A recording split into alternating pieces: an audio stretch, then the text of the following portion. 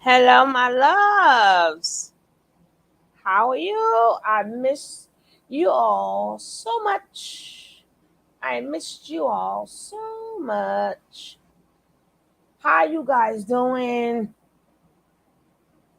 Y'all know this is my busy season. But I got a little time for y'all today because I've only seen a little bit, but I didn't get a chance to catch all of the interview that um that Lisa said. What have please, if you don't have Lisa Says What, please go and check her out. She's putting in a lot of good work, and she needs 200 more people, and we can help her. So whoever doesn't have Lisa Say What, y'all know that's my girl. Go and get her. Now, the one part that I miss you too, Nene, my baby. Hey, my dearie. Hey, Faith, my baby. Hey, Miss Leo. Hey, Martin. Now, let me just put this little other one up there because it looks kind of cute. Boop, boop, boop, boop, beep, boop.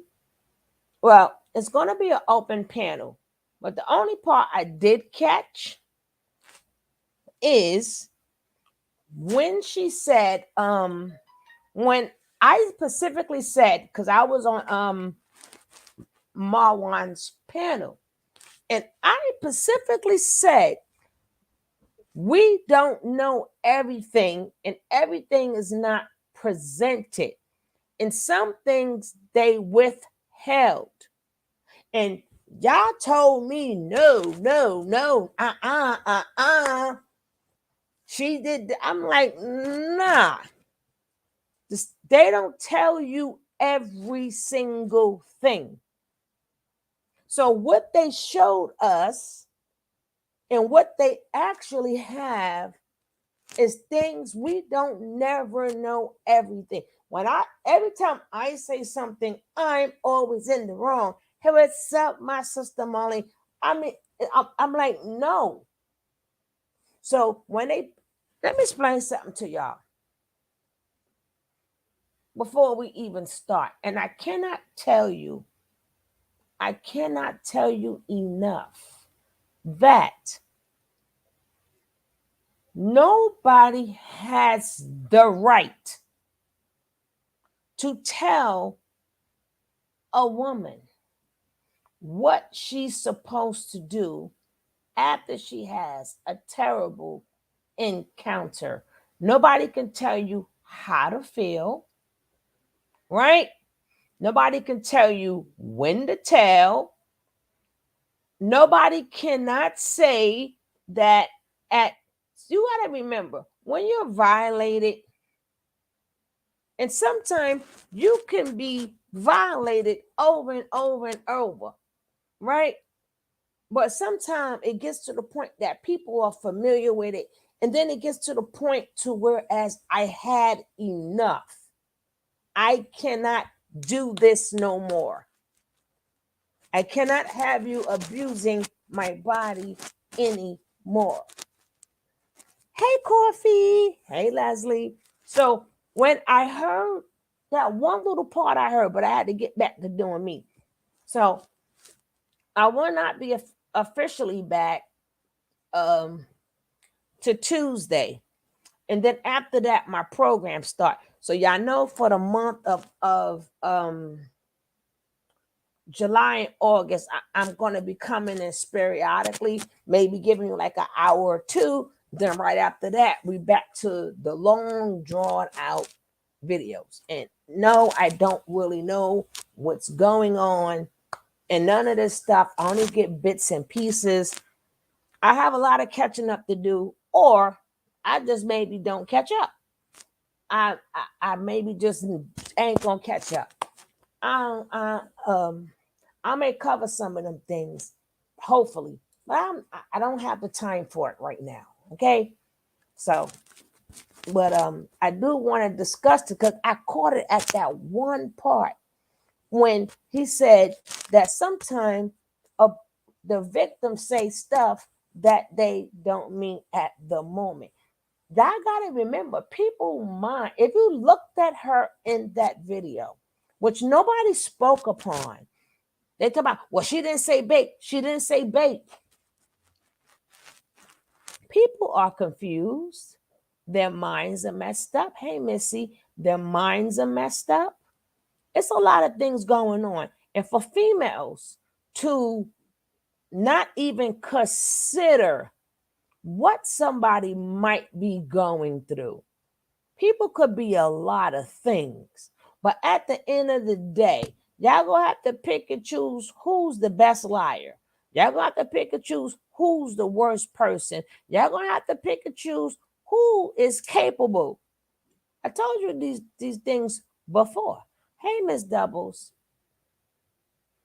So I'm going to start the video. Thank God the video is not that long because I got to be out of here 6 o'clock in the morning. But that just sparked me. And again, I like to thank Lisa Say What. Hopefully she pops up on here because a lot of things that I missed, maybe she can explain some stuff. And then if you guys would like to come up and explain some stuff, I would love that too. Because this is an open panel. But I caught that one part and I said that on Marwin. And again, when I say something, y'all all tell me I'm wrong. Oh, no, no, no, no, no. She this, she this, she this, she this, she that. I don't know if anybody watched it. I specifically said they don't put everything in there. They don't put everything out to the public. It makes no sense to do that.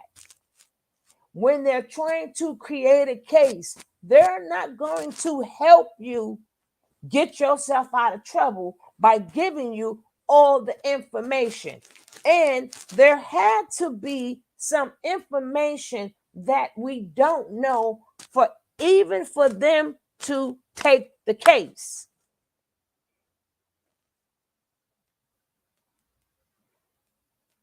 So y'all go around and listen to them 4 dummies. But if you look at the video and you see, if you see when she was talking to that cop, she looked all messed up. If you look at how she looked all messed up. And then people going to say, well, why didn't she call? If you're running away, you're trying to get away, what will make her go on Twitter to know that it's there? Unless somebody told her it was there.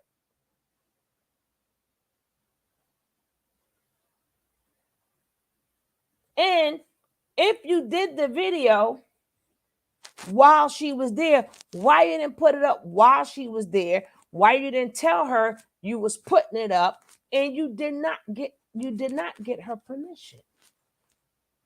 So, matter of fact, let me just go over the word coercion for you guys. Then we will start the show. Okay?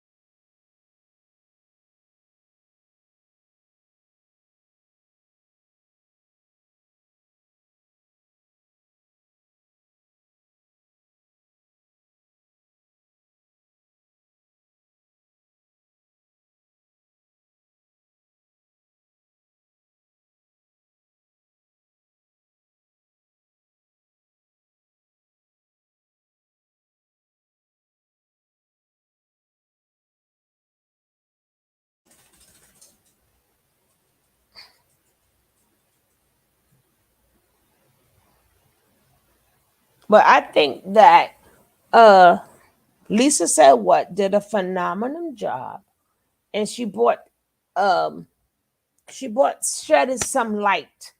And I know I be right, and y'all be like, no, talk about all these old. I said no, no, no. Coercion. I did all of this and did not pull out my glasses. Right? I'm gonna open it up. Let's see.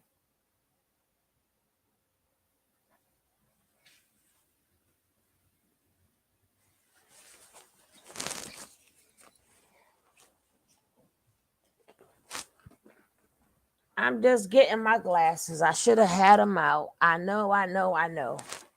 Okay, coercion, the practice of persuading someone to do something by force or threats. Our problem cannot be solved by any other form of coercion, but only by agreement. You understand what I'm saying?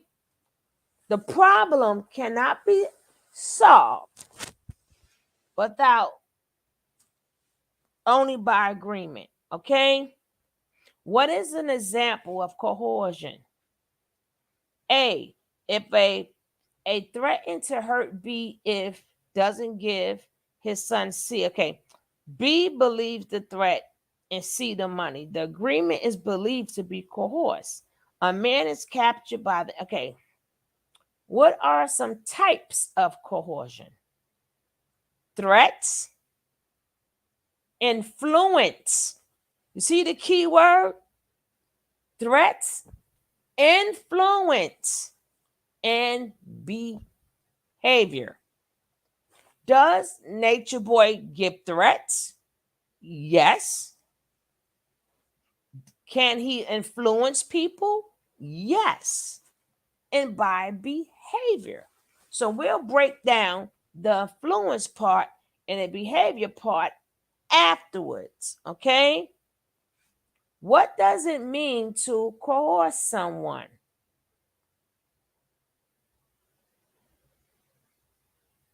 What does coercion mean in simple words?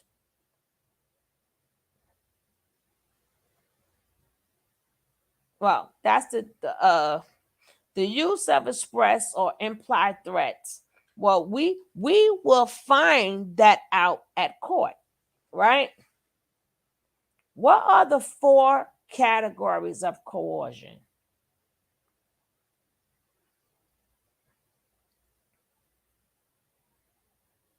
Using these sources of coercion, the study examined four types of possible sociable, psychological defects that might result from coercion: anger, parental bonds, and school bonds.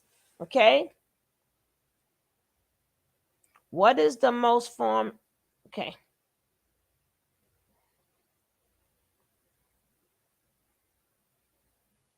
What is emotional coercion? It describes a variety. Listen carefully. And this is the part that you're all missing. I'm going to open it up wide because you guys don't seem to understand. It describes a variety of controlling acts, including manipulation, intimidation, sexual coercion, gaslighting, a form of psychological abuse. You hear this? In which a victim is manipulated into doubting their own memory and sanity. Was she confused? Did she doubt herself? Yeah. Did she try to keep her sanity? Yes. Okay. Is coercion a type of manipulation? Coercion describes any attempt to control your behavior with threats or manipulation. Okay?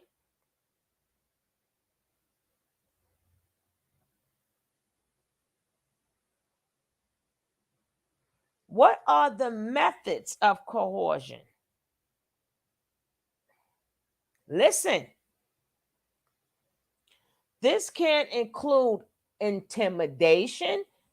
Is Nature Boy intimidating? See, these are the things that they have to prove. So I'm not looking at the chat right now, but I will because I'm reading this to you guys. Is Nature Boy intimidating? That's a yes or no.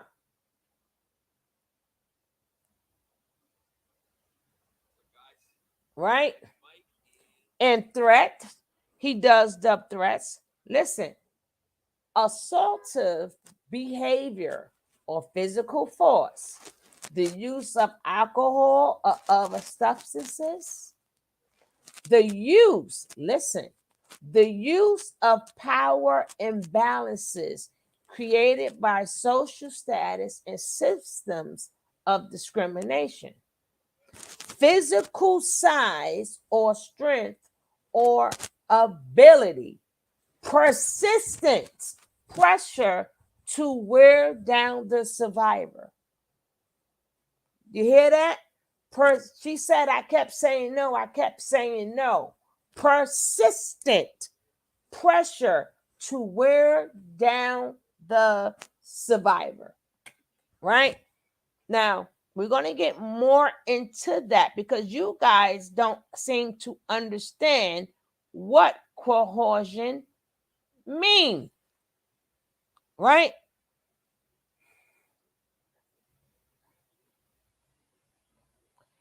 Hey, Hawaii.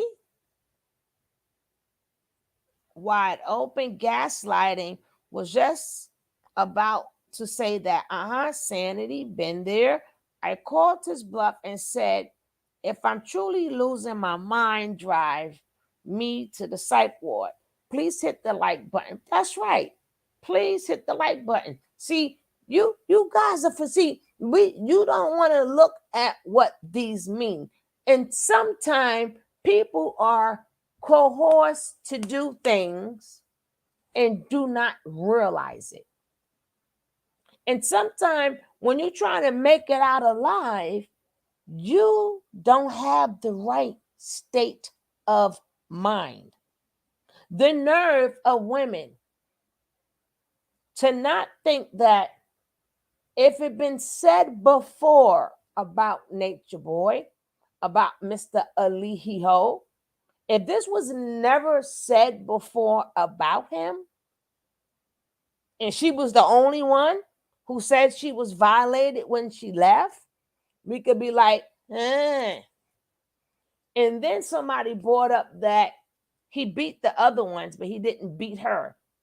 That has nothing to do with coercion. So even if they let it go that she went back upstairs, a lot of young women thought it was safe to go back someplace when they was leaving. That doesn't take away the act of the person. It doesn't take away that I said no. It doesn't take effect that I was scared. I felt stupid. So as you hear her talk, she doesn't sound nowhere near willing. She doesn't sound like she was willing. And that's the part you guys are missing.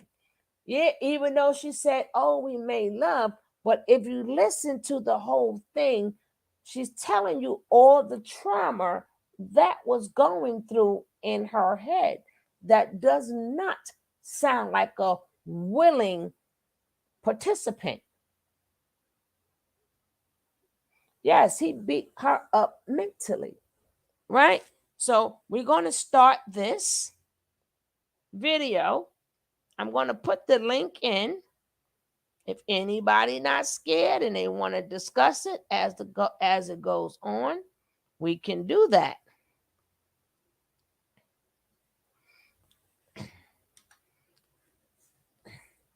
Like I said, so we're going to go through this.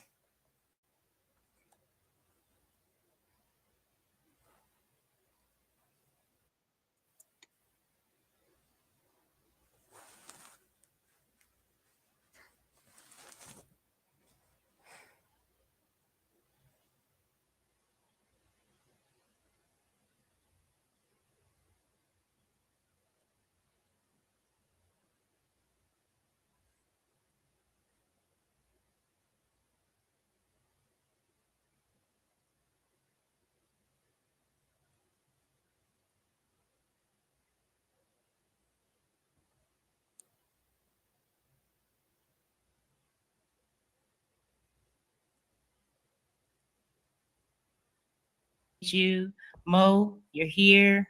Hooray. Thank you. I'm so glad you could make it. All right, guys. So Andrew's going to be here answering your questions. What any kind of plea offer would look like. Because my understanding, he was offered a 10-year minimum, and then I can answer any other questions that you may have. So for starters, Natureboy is charged with count one of rape, and it's in violation of a very specific Georgia statute.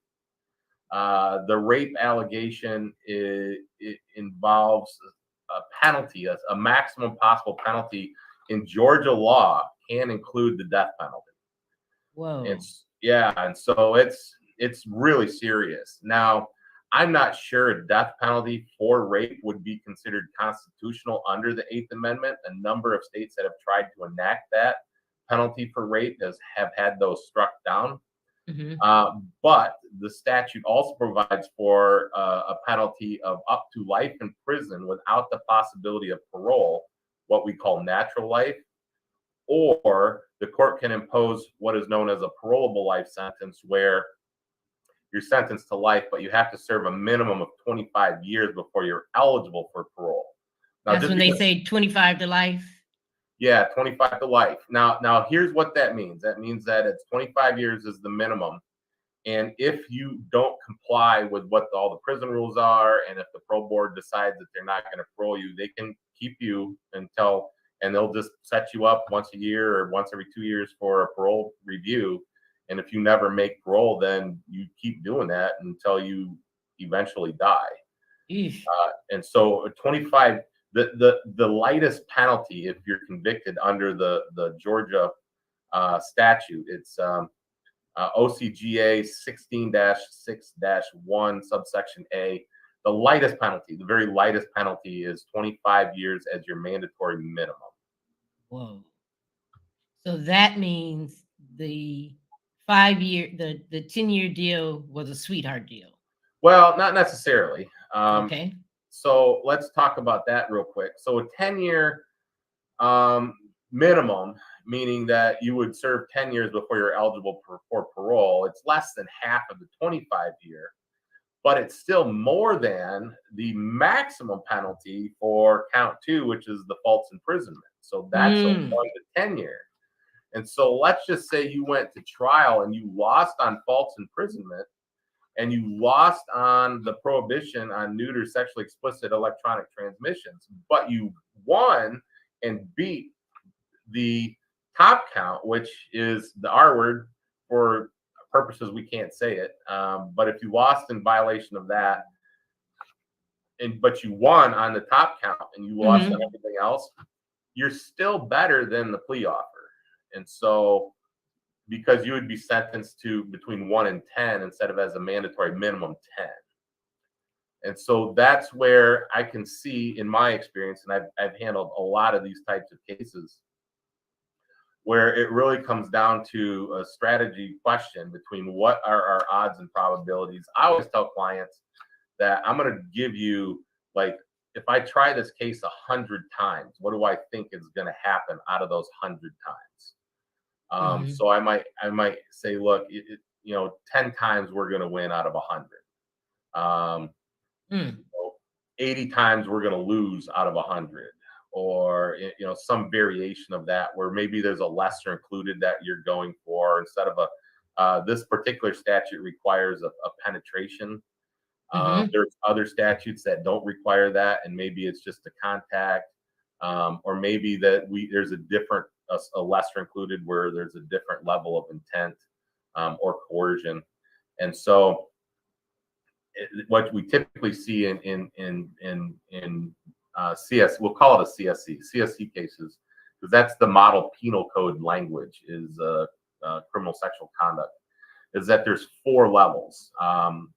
And the level 1 and level 3 require penetration. Level 2 and level 4 do not. I see. And so it's just a touching. And the touching can be over the clothes. The penetration can actually be, but if there's any penetration of the clothes, even then it becomes a penetration. And so the 1s and 3s, and this is what the Georgia statute's coming from. There, it's essentially the level 1. It's the highest one. I see. And so because it requires force or coercion, and it doesn't require a lot of force. It really doesn't. It's force no matter how slight. Um, so it's not like it's a lot. Right. It just requires some force, and it Hmm. doesn't matter what the person calls it either. I mean, if it's non-consensual and there's a penetration Right. and it's against that person's will, then that's what we call a CSC first, Hey, say that again. and then that fits the model penal code definition for criminal sexual conduct in the first degree, which is the highest level. Got it. Well, so if now what are the statutes for the revenge porn? That's interesting because under counts 3 through 5, it's prohibition on nude or sexually explicit electronic transmission. Those are actually misdemeanors, and Hmm. so they're treated as felonies because they're called a high misdemeanor. That's what the language the Georgia statute uses. What that means is that if you're convicted of those, and you say you're applying for a job application, it says, "Have you ever been convicted of a felony?" The answer is no. I have never been convicted of a felony. I was convicted of high misdemeanors. Mm. But they're treated as felonies because most, like, this is in the superior court, so most courts, if it has a maximum penalty of 1 year or more, they're treated in the general court for the county that the crime committed I in, see. and so they're treated as felonies, they're prosecuted as felonies, but if you're convicted of them, you're not convicted of a felony, you're convicted of a high misdemeanor, even though the state will then subsequently treat it as a felony. Okay. And So it gets really confusing to try to explain this to clients. I know, and I'm not expecting anyone out there right now to completely understand this, but suffice it to say, it would be technically speaking a misdemeanor. right. Well, like the analogy, the Hey, example you yeah, used of baby. you being able to legally say you weren't convicted of a felony on a job application. Is that the premise behind? That oftentimes is the goal. And there are other instances, like sometimes so like expungement statutes. If you're going to try to get something expunged, how a crime is classified can be really important to your state's expungement statute. So like here in And just Michigan, explain like, real quick what expungement means to get it knocked off your record. yeah, to get it taken off your record. Right. And so if they will get treated different. It depends on the definition. So if the state says for the purposes of expungement, you can have, say, 3 misdemeanors, Right. they don't then define what a misdemeanor is, then it would qualify as a misdemeanor. And so sometimes states will define misdemeanors differently. And in this particular case, it seems like they're doing it very similar to Michigan's scheme, which is Hmm. that it's treated as a felony, but it's technically Hello?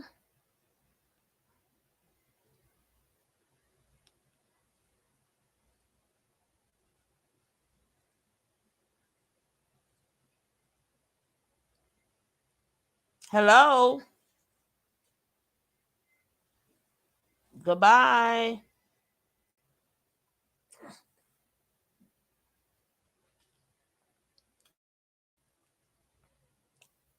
a misdemeanor. Got it. So, and that what kind of sentences does that carry That with it? that could just be no jail. It could just be no jail, maybe some probation. You do some probation and then we let you go. Restitution or no? Restitution, if there is restitution, is always restitution always attaches in any criminal case. There's always restitution if you injure somebody and there's an actual economic damage, and that's a provable economic damage, then you would owe restitution. Understand. So, cumulatively, I don't know if that's how they determine these sentences. If you're found guilty,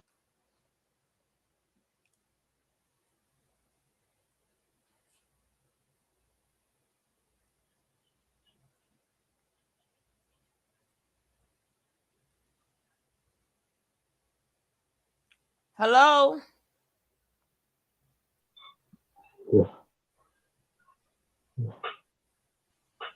Hello?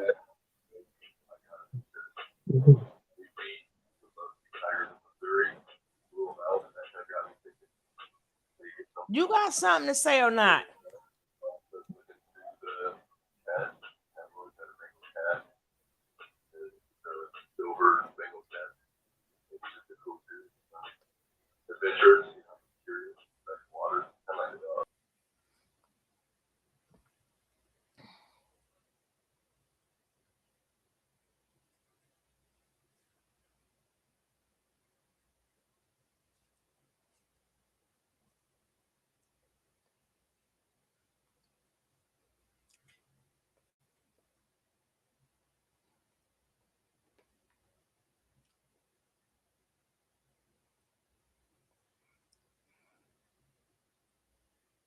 Guilty on all charges. Let's just say. What kind of sentences are we looking at in Well, Georgia? if he was convicted on all 3 counts, then it doesn't really matter whether or not he's convicted so much on the false imprisonment and the transmitting the sexually explicit, Mhm. because really the only thing that's going to matter is whether or not the judge is going to impose a true life sentence or what's known as a parolable life sentence. And if the court does a parolable life offense, Hello? the lowest number the court can give by law is 25 years. That doesn't mean the court's going to do 25 years. The court has the discretion. What do you have to say? Nothing?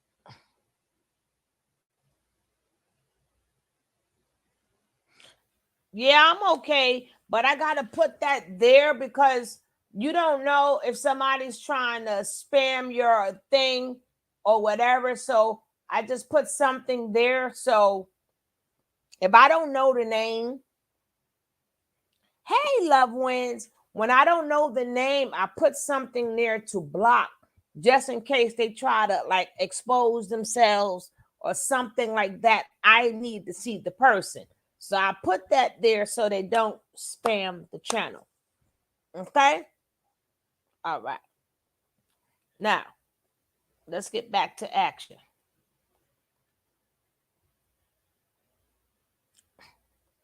If he was convicted on all 3 counts,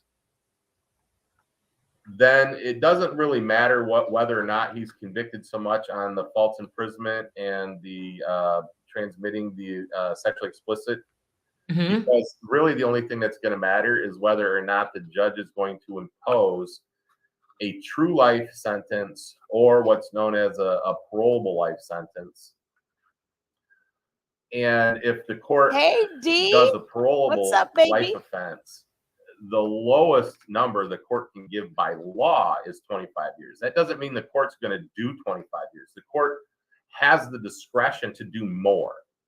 I understand. And so the court might say, look, I'm not going to do a true life sentence, but I am going to impose a parolable life sentence. And I don't think 25 years is enough. I think we're going to start that number at, say, 50. And so then you, yeah, and the court has that discretion. All the statute says is you can't go below the 25. So But you can go he's above. looking at a maximum of 25 years. A minimum of 25 years. A minimum of 25 years. If he's convicted at trial. So that's where the question you had asked me yesterday about the 10-year, like the plea offer, because I think this would be a good point to jump into that. Yes. The offer, as my understanding is, and I think that there's a final pretrial conference next week, Thursday. Yes, the 29th. Yes. And so let's talk about what happens at the final pretrial first, because that will lead into what why the plea offer is important. Okay. So at the final pretrial, it is, I think about it when I do final pretrials, is I think about it as like we're now putting this airplane on the landing approach. Tray tables up, seats in upright position, clear the trash out of the cabin. This is the last time they're coming through. There's not going to be any more services. The flight attendant's going to take your seat, and you got to sit there until the plane lands. And the plane landing is the trial. So the final pretrial is we're making our approach to trial. Is there anything that we need to take care of ahead of trial? Because judges do not like surprises on day of trial. If you want to find a way to get held in contempt as an attorney, is wait until the last day and then ask the court for something. And you'll be lucky if all they do is yell at you. Lucky. Okay, so this is like your last chance to say, hey, we still need this from the prosecutor's office, or the prosecutor's office is saying we're adding this witness because this came up. And so it's just like the last chance. This is the last chance for us to talk. It's oftentimes the last chance for there to be a plea agreement. A lot of judges will tell a defendant this is your last chance to accept the plea offer, because after today we are bringing in jurors. Everyone's going to be preparing for trial, and this is your last off ramp. Okay, and so because if you think about it, you know, the lawyers, the prosecutors, everybody's preparing for a trial, and then all of a sudden at the last minute that there's a plea agreement that's being made or accepted. It's like, well, you had that for months, right? Now, that doesn't mean that doesn't happen. Like sometimes judges, depending on their docket, will allow it. It's just that I found that more often than not, judges do not allow plea offers on the day of trial. Got it. Now,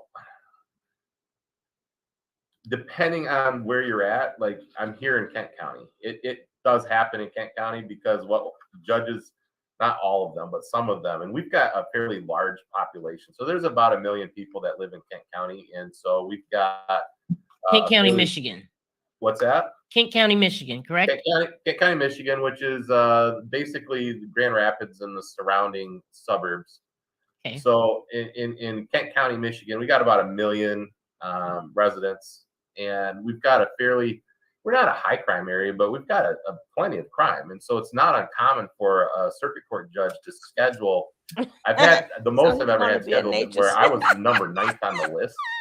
And the judge had 9 trials scheduled. See, this is why I can't stand y'all.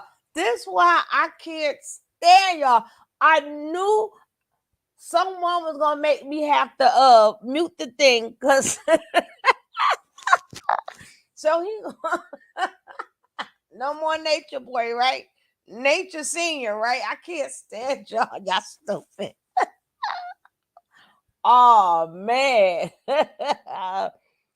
I ain't got all night with y'all. I promise I gotta be out of here at 5:30 in the morning. But she said, so he's gonna be Nature Senior.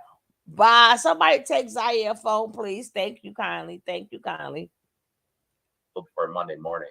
And oh wow. Yeah. So what they do is they prioritize them by which ones have been out there the longest and who's in custody. And so the priority is if the person who's been in custody and it's the oldest case, they go first. Okay, he's been in there 16 months.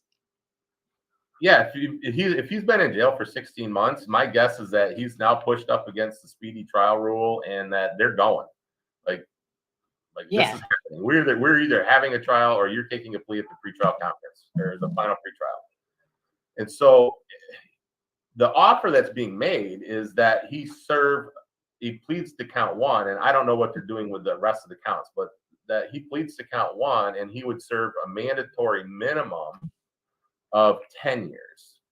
So they can waive some of those things, and it might be that he's pleading to a lesser, and I don't know what the exact count or what he would be pleading to. Perhaps it's an attempt to count 1, perhaps an amended count where it's instead of this big statute where it's a CSC first, maybe he's pleading to a CSC third or Georgia's equivalent of a CSC third. Right. And then that way we avoid the mandatory minimum of 25, but the offer would include that you agree to serve a minimum of 10 years. And so really that's kind of where the crux of the decision lies for Natureboy and his defense team is, what are our odds at trial? If I try this case 100 times, how many times am I going to win or lose? Right.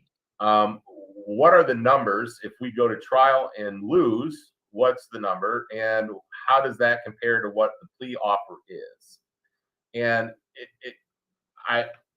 I've had so many times when you get right down to brass tacks, it becomes a question of how much am I willing to risk versus having a guaranteed number. And so if you can have a guaranteed number, and I've just had a lot of clients where it's like they're facing decades and all of a sudden you've got a guaranteed number. I had a homicide case just this past year where it was a mandatory minimum 25 and we ended up pleading to a lesser. And the question was, how much time was he actually going to do? And there was a fight over between myself and the prosecuting attorney about what his guidelines would be and whether or not it would be a murder in the first degree, because he intentionally shot this person essentially. Oh my. But the question was whether or not it was going to actually be manslaughter, because sometimes it's just like if you were to, we call it imperfect self-defense. So you think you're defending yourself, but everyone's drunk and nobody knows really what's going on. So you end up in like a lesser included. Going to trial, a jury could convict them of a lesser included. And so we end up negotiating, and we end up where the guy's just like, well, there's not a lot of difference between what they're offering. Yeah, it's a few more years than if I was convicted of a lesser. But if I'm convicted of the greater, I'm looking at the rest of my life. And so then it comes down to like really a pragmatic brass tacks. How much time do you want to do, man? It's like you're going to be doing some time. And other people think that they're just for whatever reason they've got a God complex and they're just, the Lord is going to intervene and you're not going to be at all. And it's like, it's okay, I got God on my side. It's like, yeah, but he's not here right now representing you. And I'm telling you, the jury's probably not going to like your case all that much. That's a question. The jury. Well, I don't want to skip to that, but so he's looking at 25 years. They're willing to. Oh, it's fine. My head back with this. They're looking to give him 10. If he were your client, of course. I don't know. I couldn't really say because I don't have all the evidence. And here's the thing: you have to understand that when you're a defense attorney, like whatever evidence is out there in public is probably just like an iceberg. Okay. So the thing about icebergs is like 90% of it's below the surface and all you can see is the top little part. And so I've had so many times where I've had media cases that I've been handling where the media is reporting something because it's public interest. But then behind the scenes, I know that there's all this other stuff that's going on. And so now, did I or did I not? Who saw me? Who was in Marwan's chat? And I said that some things are left out. And they were like, no, it's public this. I'm like, no. They tell us what they want us to know. They did not decide to take on this case just because one cop don't like. Listen, nobody don't have to like him. And cops talk about all the time how they want to get people off the street. What's up, Shy Baby? So that's nothing new of a cop to say. I told you it's things we don't know. Y'all going, and he's going to go on other things. When I was saying that sometimes people kind of messed up in the head, kind of messed up. I said the same way when they unalive a lawyer, they did not put everything out there because they're not going to help you lie. So they're not going to tell you everything they know in the beginning.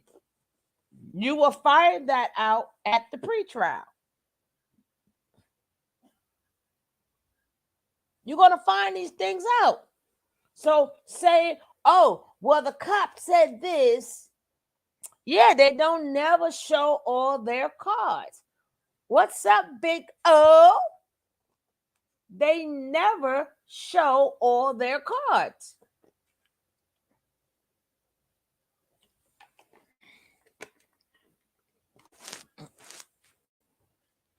If they thought without a doubt that this man had any slight way of being innocent, he would not have been denied bond 4 times. He would not. That's how you know it's more than what we know. And at any point in time, people could say, well, coercion. And no, I don't care if the lady said yes, yes, yes, yes, yes, yes, and yes all night. But the minute the act happened, people have the right to change their mind.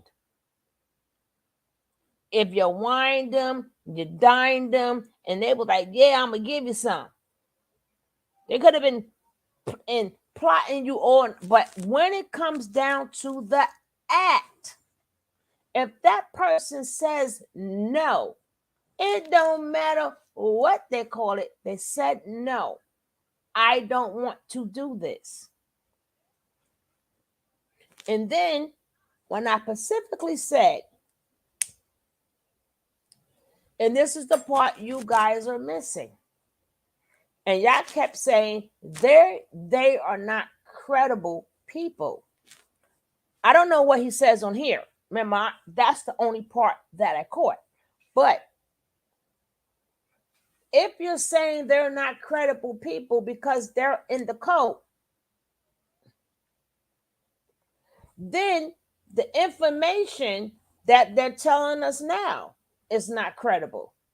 How is 1 minute they're not credible, but now they're coming out with this information and it makes them credible? You guys got to make up your mind. They're credible or they're not credible. And we all know they're going to sit there and they're going to lie. What makes you think they're not lying now? And your first report does not have to be everything. Sometimes people don't remember everything. That's why the first report and the second report are 2 different reports. Sometimes people go, that's why they always say to you, if you have new information or if you remember anything else, let us know.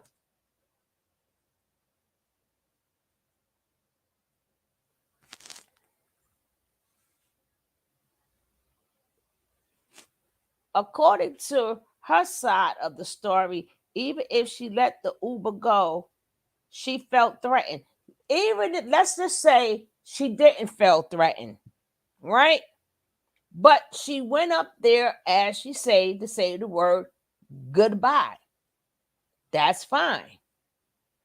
It doesn't take away when the act, when he was touching on her and feeling on her, she said no. And she said it more than once. You don't have to pull somebody and grab them back and try to leave, which was said yesterday. No, because manipulation is also a form of coercion. You do not have to say, get back here, woman. You don't have to use physical force to coerce somebody to do something. They could be just, how many women was just sit there, and we know, we've heard stories, they was shooken up. They didn't run. How many wives did a man, if a woman tell his wife no, just because she didn't run out the door, that don't mean that he didn't coerce her and bape her and just took it. When a lot of young women are baped, just because they didn't run out the bed and that predator went into their bed and they didn't run, does that mean they wasn't baped? Y'all gotta be careful how y'all say, think about these things. Anytime you think of the word bape, we hear different people say different things. You cannot say, oh, because that person did not run, that means they wanted it. A lot of people don't run.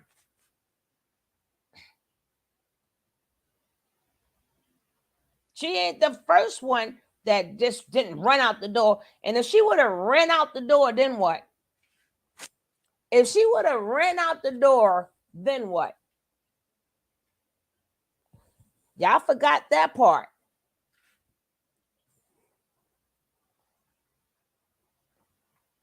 Eating boogie rice. All right, let's get back to this because I don't want to stop it too long because I got to go to bed. You have to just understand and appreciate that the information that you have right now is not the complete information.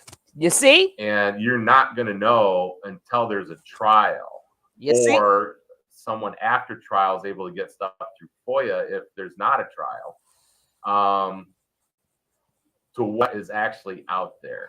And so to say that we have, I promise you, you do not have complete information. And so I couldn't really say one way or the other whether or not it's a good deal because I don't know. I don't have all the information. Right. I can tell you that a couple things about the offers. It's not a surprising offer to me. It's not I wouldn't call it a sweetheart offer. I would call it a very pragmatic offer from both the prosecution, from a prosecutor standpoint, because you have to understand in CSC type cases, in cases like this, the victims oftentimes don't want to testify because every time if that victim has to take the stand, they just get re-traumatized. And the prosecution is aware of that. And so it's like, do you really want to re-traumatize a victim and make them relive that?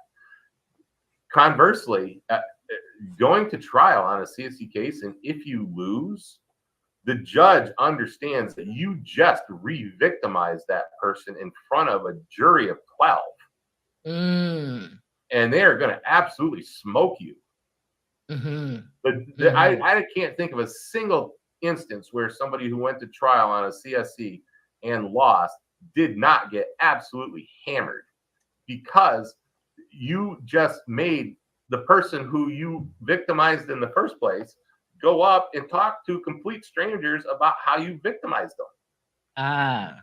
That's something to consider. Yeah, and so that's where if you're the defense attorney, it's like you got to take that into account. It's like we're not talking, if you go to trial and lose, the mandatory minimum is 25.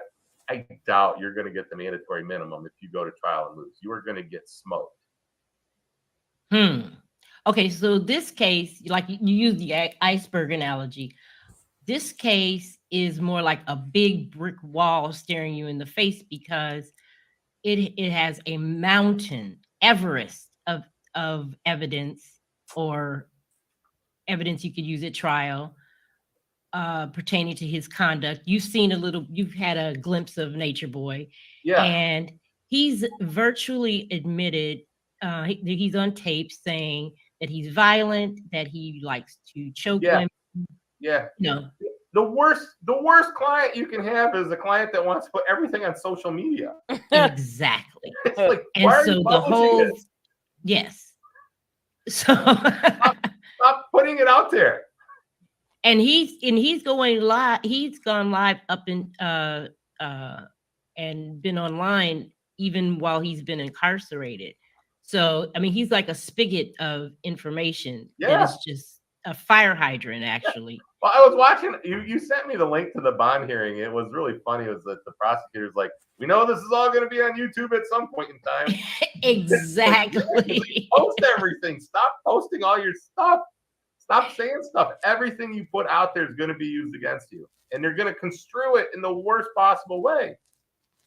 If there's two ways Yes. to take it, it's going to be the way that's bad for you. It's kind of like when I make a comment to my wife that's meant to be a compliment, and then she takes it as not a compliment, and I'm like, if you could just construe it the other way, Hey, Julie. So they're going to definitely construe it against you. That's what the prevailing wisdom would have you to believe, that they're not going to look at this favorably. So the wives have been going online trying to discredit his wives. He's a polygamist, so he has 4 I don't know how you say it, unofficial wives, Yeah. illegal So wives. let's just dispense with that right away. Unless you're actually married to somebody and have gone through the legal civil process to be married, they're not your wife. Nope. Right. I think most states have outlawed common law marriage, and that was only because people lived too far away from courthouses, and so they just looked at how they behaved if they were husband and wife, and that was really only for the purposes of division of property in case they separated, and for the raising of children and child custody, and when you died, who got your stuff, who inherited the farm. Right. So we don't live in that age anymore. And I can't think of a single state that still has it. So I don't want to say that everyone's gotten rid of it, but I doubt that he has any kind of common law. And if he did, then it's still a crime to be a polygamist. I mean, even right. outlawed polygamy.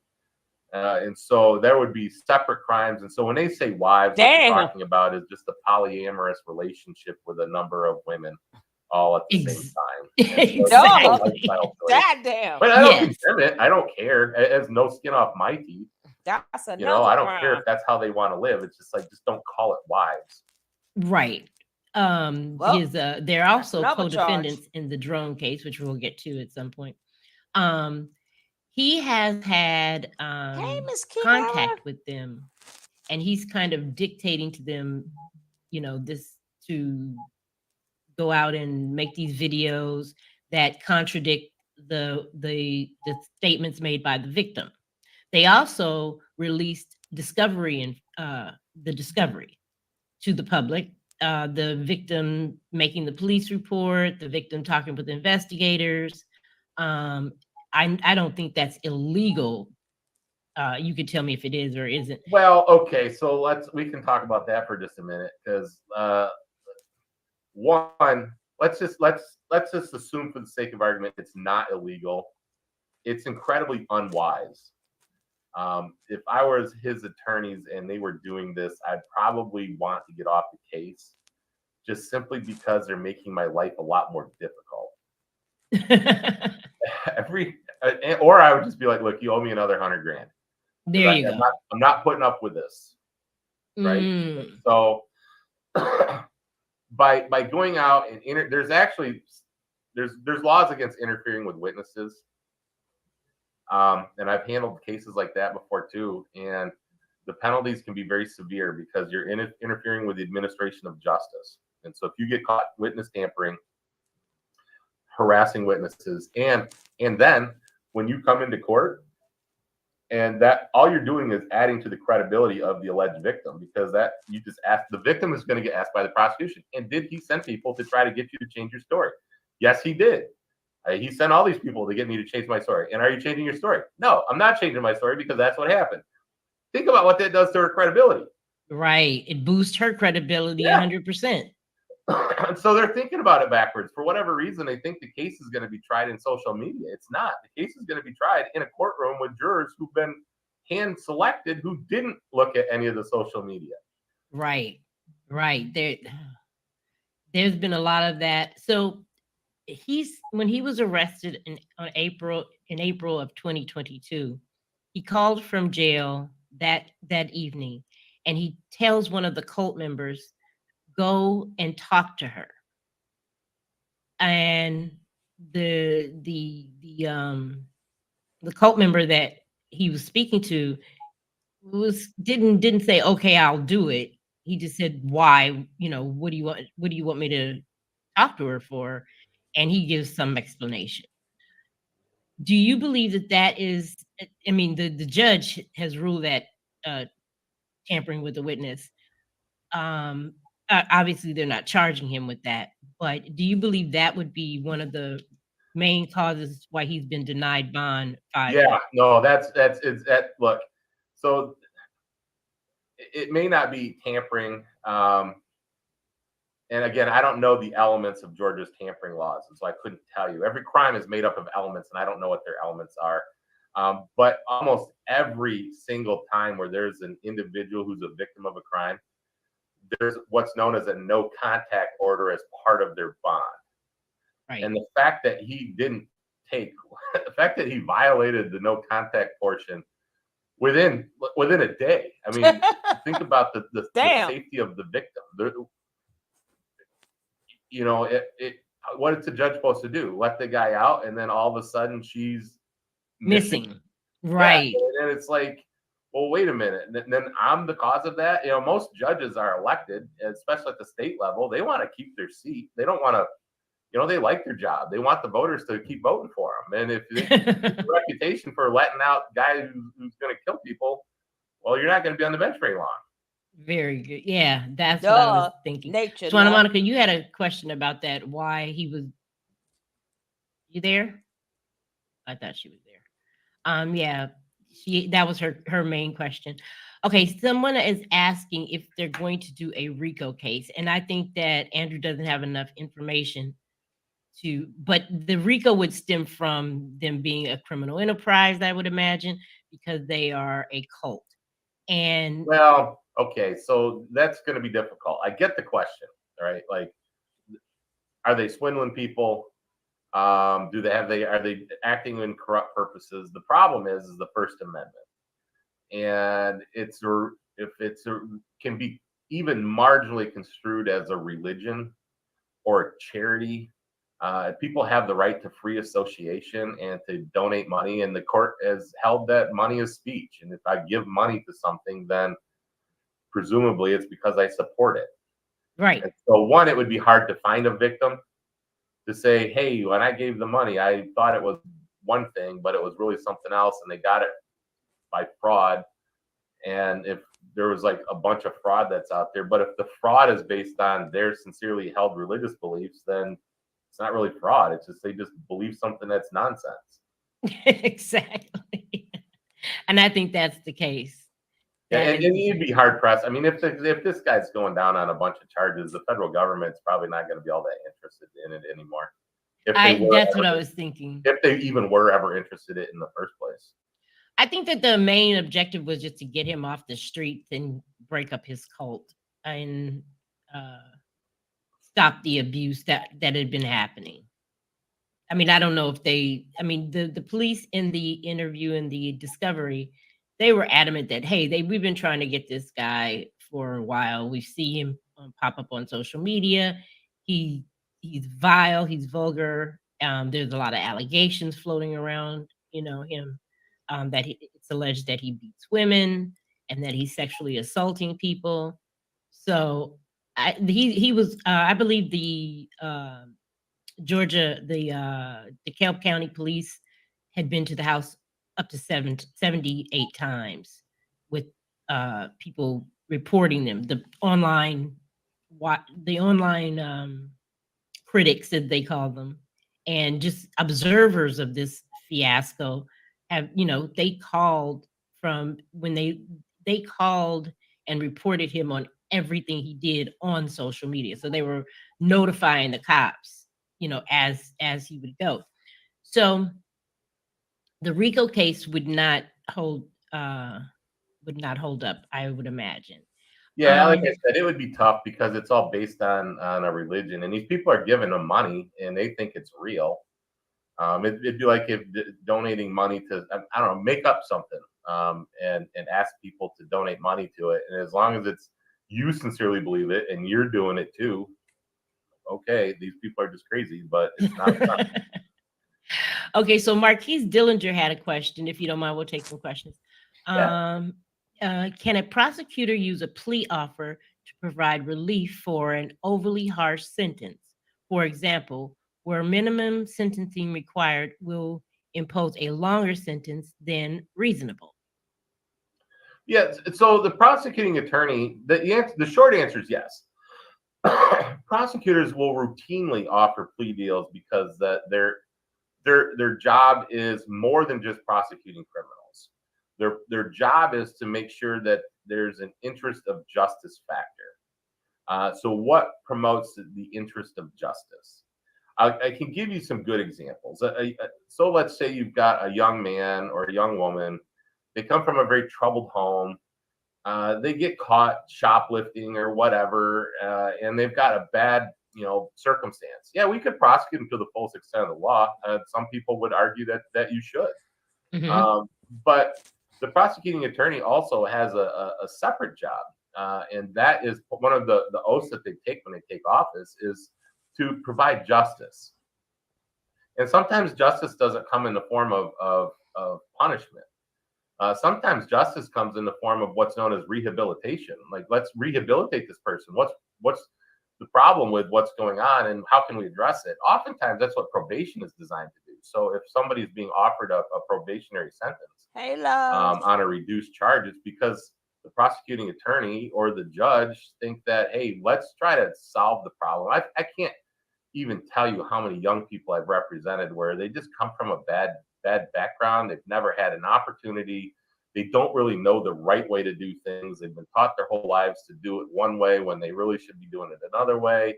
And it's like really with some guidance and with some resources, they could be okay and they could move on to be productive members of society.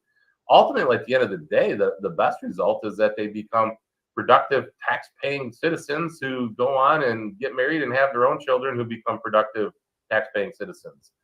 And that's really the national security interest of the government is to have a population like that. I mean, we want more people who pay taxes and less people who have to be incarcerated. Incarcerated people cost money. And so I understand the question. And the answer again is yeah. I mean, the prosecuting attorney may just see this as, look, in the interest of justice, we're going to reduce this charge and give a lower sentence, a sentence agreement. The interesting thing is that if the judge doesn't want to go along with the sentencing agreement, then in every state that I'm aware of, and I'm not aware of in Georgia specifically, but I would imagine it's going to be true there too, is that if the judge isn't going to go along with the sentencing recommendation and you had pled guilty to it, then you're allowed to withdraw your plea. And then still proceed to trial. And I've had cases where that's happened also. Hey, love. So I hope that answers your question.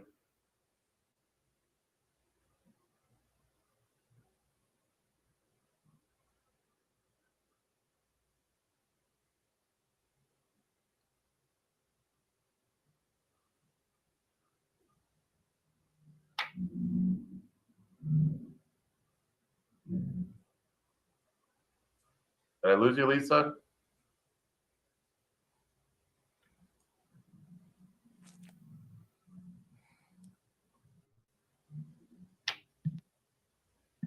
I was muted. Duh.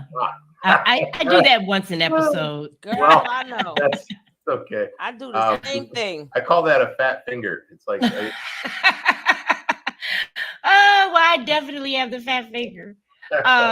Okay, so everyone wants to know is the fact that this might not be this isn't probably a legal question, but the fact that they offered a plea agreement, does that mean the case is weak? No, that does not mean the case is weak. And again, without knowing the facts of the case, I just wouldn't read that into it. Okay, so don't presume that just because they made an offer, 10 years is 10 years. I mean, it's a tenor. I mean, he's 41, so it's a decade. It's so I wouldn't call that any sign of weakness. I wouldn't read anything into it other than the fact that the prosecution is extending this offer. You have multiple factors to consider, not just the fact of the strength of the case, but also like I talked about earlier, re-traumatizing the victim and putting the community through it. I mean, at some point in time, you're traumatizing the community. Right. They've got to listen to the details of everything that happened, and so I don't read it as weak. I just read it as pragmatic. Got it. Okay, so it's no bearing on the strength or weakness of the Yeah, case. I mean, until they actually try the case, you're not going to know if it's strong or weak case at all. Right, because jury And I, hasn't even been yeah, selected. and I can't stand people who in the media who say, "Oh, they got a really strong case against so and so because of X, Y, and Z." It's like you don't know that. You have no idea, and you're just saying it. You're saying it because you're being paid to say it, or they come on there like, "Oh, this is a weak case against so and so because of X, Y, and Z." It's like you have no idea. How do you possibly know that? Right. They're well basing it on you know, what gets clicks and likes and Sure. views. And juries, here's the funny thing about juries: they'll do whatever the hell they want. Like you can instruct them in the law all day long. They like you, they're gonna go with you. That's just the end of it. They hate This you, is they're gonna off be guilty this of is everything. right. This is kind of Yep. off the subject. How often do you think that a jury does jurors do research when they're not supposed to? My experience with jurors is that they're incredibly respectful of the process and the system. Mm-hmm.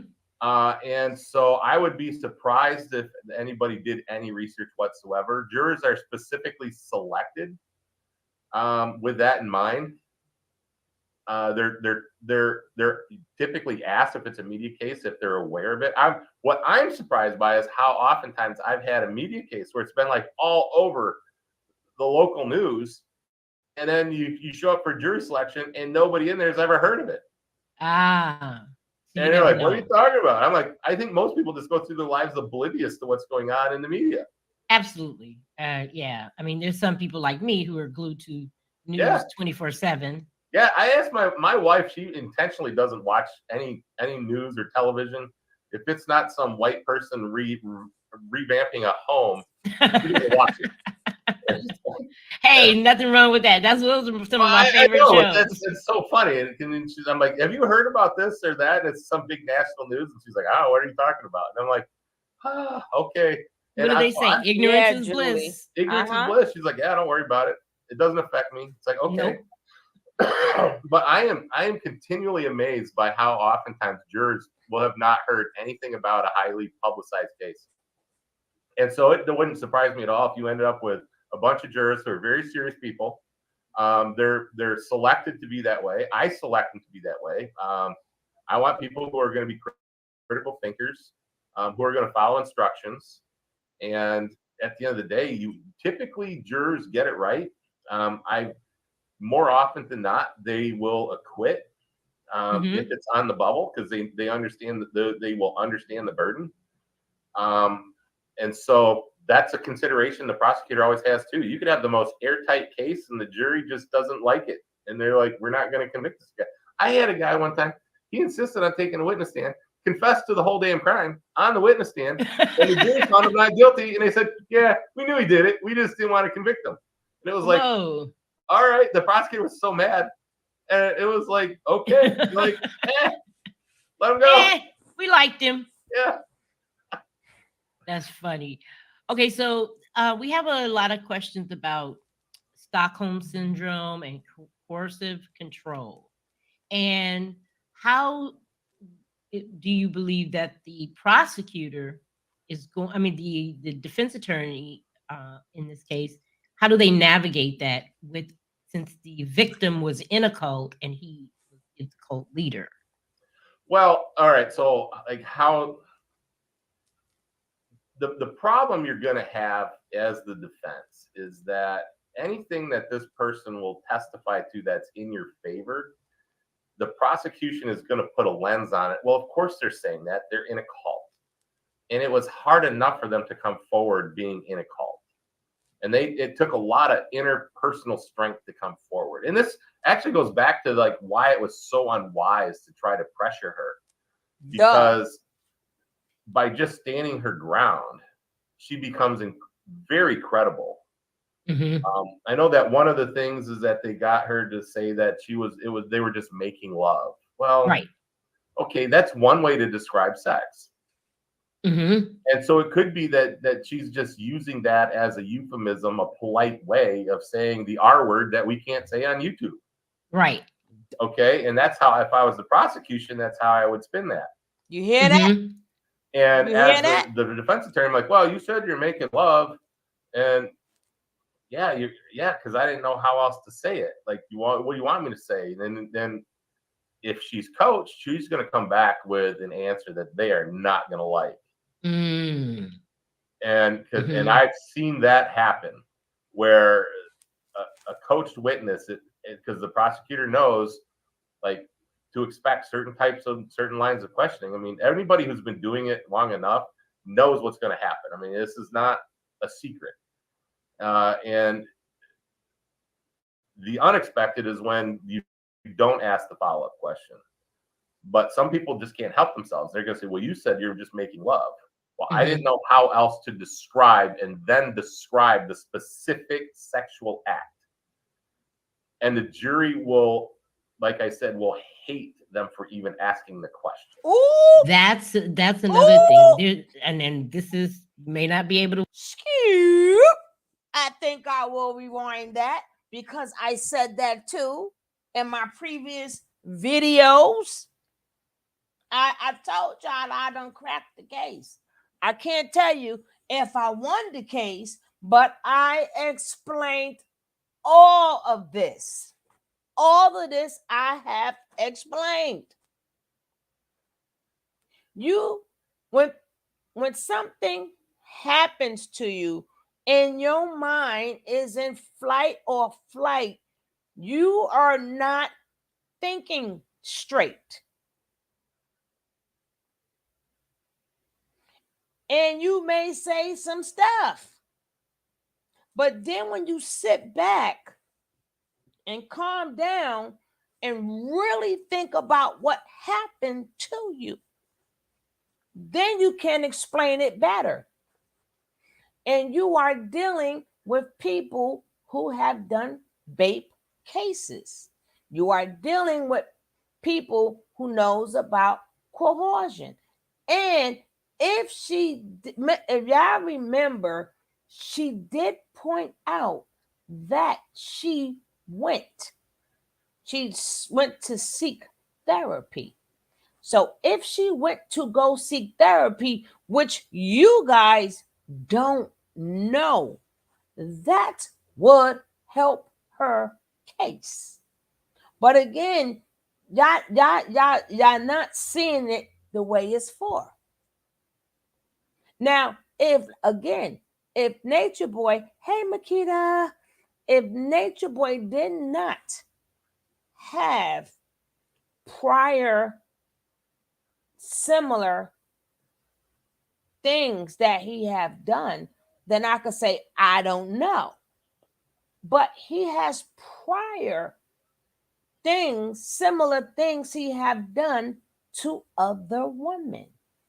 And all they need is that snap from Velvet, even though people thinking that, oh, Velvet said she didn't want to do it. Velvet didn't burn her. Maybe she did not want to do it until that cop said, put yourself first. Maybe the cop was saying, you know what? It's time to tell the truth. Because, see, Natureboy hops around different places. The cop does not have to like Natureboy the same way we don't like Natureboy. But if Natureboy keep hopping around, it doesn't mean that cop nothing if he get caught or not. Because the cop don't know how long he gonna stay around. The cop then asks for her. Hey, Nick. Hey, my baby. I missed you guys. Nick, I've been having you in my prayers, sis. I've been keeping you in my prayers. I hope everything works out for you and you feel better, girl. Because I know you're tired of going through what you're going through, my love. But everybody, keep Nick in your prayers. Y'all know she's the glue here. She is the glue. Nick is our baby. Nick is, I know I've been busy, but I had to play this because these are the things that if you look at any of my previous videos, these are the things that I've been saying already. Oh, the cop was out to get him. The cop really wouldn't care. The cop just don't like him. The cop seen his video and said the same thing everybody else says. So, do they need to bring all of us down there to say the same thing? We don't like him, and we hope they get him. You know how many people said that? The cop seen the video and no, he does not have to like it. And he could hope he do time for what he did.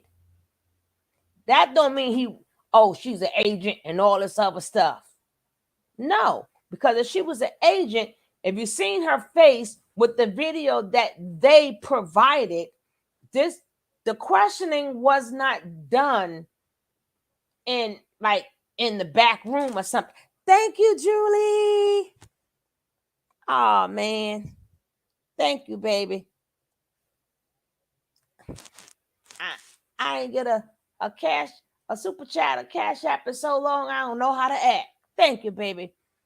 Now, again, y'all kept saying, oh, but she said we made love. Again, women, how many people that been bait or coerced said the same thing after they said no? How many women really didn't want to do it? Really didn't want to do it. And that man still kept on touching you, and next thing you know, y'all did it, but you did not want to do it. A lot of women been there. They just never reported it, and they left it alone because they feel stupid that they did it. They feel stupid that they didn't run. They feel stupid that they didn't stop. Plenty of women went through that. Especially with God. With God. And like I said, guys, this special video is coming from my girl, Lisa Say What. Y'all know that's my girl. And when I got in, if people are not subscribed to her, she needs 200 more people. We need to help her get there. So if anybody is not subscribed to Lisa Says What, if one of my mods would like to drop her link in the chat at any point in time, please click on that link and let's get her to 1,000 subscribers. Please, let's get her there. And she's putting in the work. She's putting in the work. It usually not a stranger either. Someone you won't give up your that cult talk, and Mr. Andrew blew it. What happened was they was not supposed, they're still badgering the witness. They're still getting her attacked. They're still getting her called names. Did anybody sit up there? And when Marvin went there, I believe that was that Lady D chick talking about she was somebody else. But I believe that was that Lady D chick who tried to come after me, and I had to slow her roll. But it sounds like that. And how do you, old as you is, how you sitting up there watching what you're watching? Why are you looking at that girl box side like that? And what her box side looked like? You watched it? These people crazy. These people crazy. And then you up there. No, she is due in July. She's ready to pop. She's ready to pop at any moment, but she hasn't popped yet.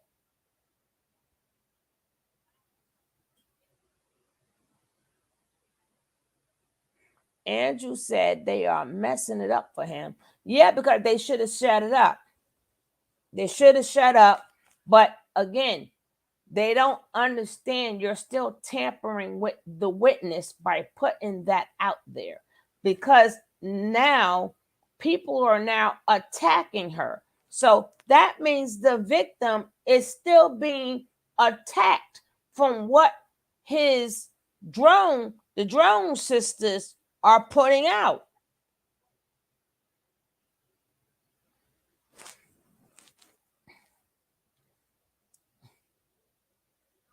But I'm going to rewind that little part for people who did not hear. Oh, she said love. She said we talking about. Let's go. Mm. And I've seen that happen where a coached witness, because the prosecutor knows that's in your favor, the prosecution is going to put a lens on it. Well, of course, there's television. If it's not some white person revamping a home, you don't watch it. Hey, nothing wrong with that. Those are some of my favorite shows. It's so funny. I'm like, have you heard about this or that? And it's some big national news. And she's like, oh, what are you talking about? And I'm like, okay. What do they say? Ignorance is bliss. Ignorance is bliss. She's like, yeah, don't worry about it. It doesn't affect me. It's like, okay. Nope. But I am continually amazed by how oftentimes jurors will have not heard anything about a highly publicized case. Hey, and so it wouldn't surprise me at all if you end up with a bunch of jurors who are very serious people. They're selected to be that way. I select them to be that way. I want people who are going to be critical thinkers, who are going to follow instructions. Don't forget to hit that like, guys. I'm watching typically jurors get it right. More often than not, they will acquit if it's on the bubble, because they understand that they will understand the burden. And so that's a consideration the prosecutor always has too. You could have the most airtight case and the jury just doesn't like it. And they're like, we're not going to convict this guy. I had a guy one time, he insisted on taking a witness stand, confessed to the whole damn crime on the witness stand, and the jury found him not guilty. And they said, yeah, we knew he did it. We just didn't want to convict him. And it was like, all right. The prosecutor was so mad. And it was like, okay, like, let him go. We liked him. Yeah. That's funny. Okay, so we have a lot of questions about Stockholm syndrome and coercive control. And how do you believe that the prosecutor is going, I mean, the defense attorney in this case, how do they navigate that since the victim was in a cult and he was its cult leader? Well, all right. So like how the problem you're going to have as the defense is that anything that this person will testify to that's in your favor, the prosecution is going to put a lens on it. Well, of course they're saying that. They're in a cult. Duh. And it was hard enough for them to come forward being in a cult. And it took a lot of interpersonal strength to come forward. And this actually goes back to like why it was so unwise to try to pressure her. Duh. Because by just standing her ground, she becomes very credible.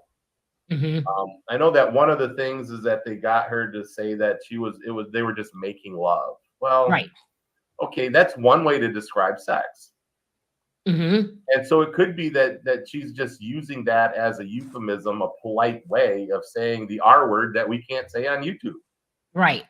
Okay. And that's how, if I was the prosecution, that's how I would spin that. And as the defense attorney, I'm like, well, you said you're making love. And yeah, because I didn't know how else to say it. Like, what do you want me to say? And then if she's coached, she's going to come back with an answer that they are not going to like. And I've seen that happen where a coached witness, because the prosecutor knows like to expect certain lines of questioning. I mean, everybody who's been doing it long enough knows what's going to happen. I mean, this is not a secret. What Nick said. And the unexpected is when you don't ask the follow-up question. But some people just can't help themselves. They're going to say, well, you said you're just making love. Well, I didn't know how else to describe the specific sexual act. And the jury will, like I said, will hate them for even asking the question.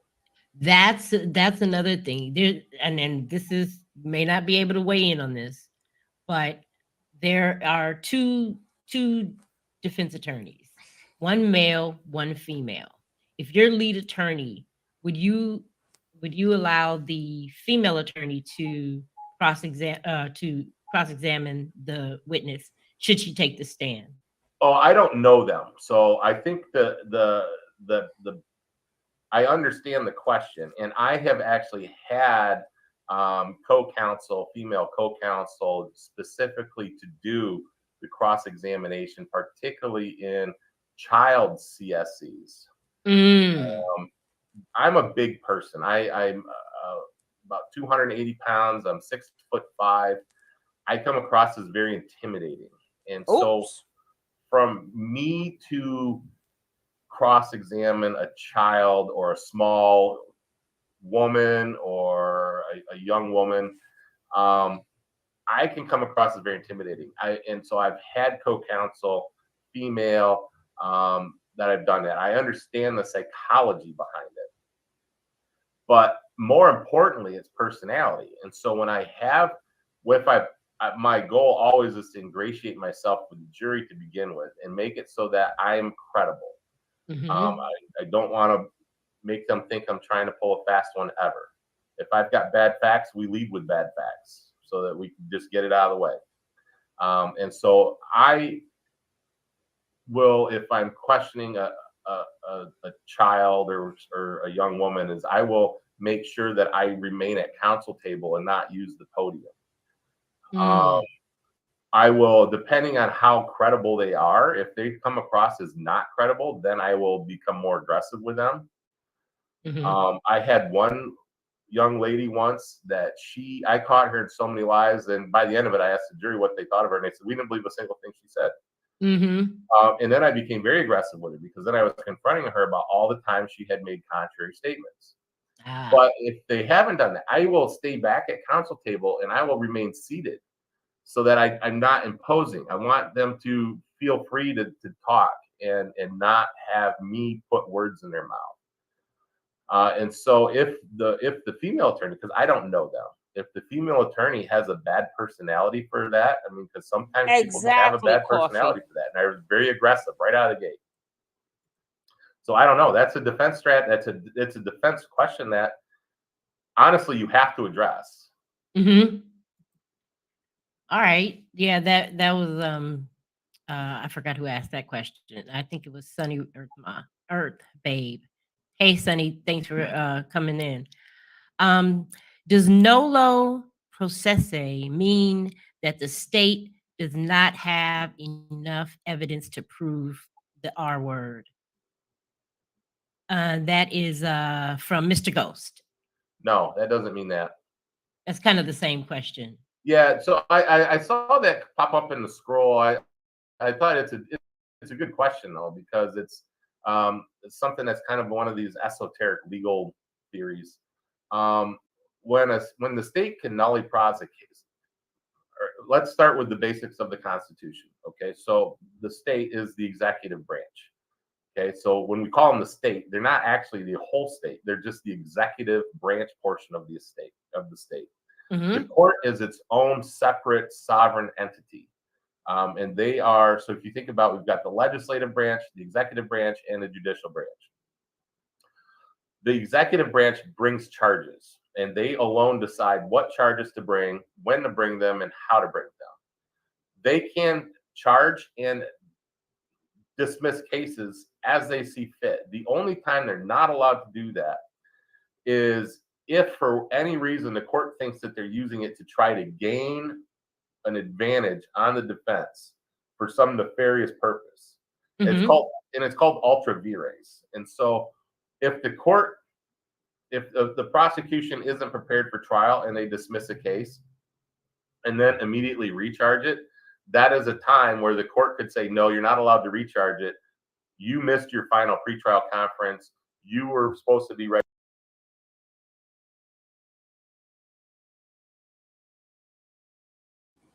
No, she didn't lie, Nicole. You have to remember, like I told you guys before, and he mentioned it earlier. Some things were left out for the public. So everything that was said, we don't know everything. So she did not lie. They just did not tell us that, and they did not tell them that. So she never lied.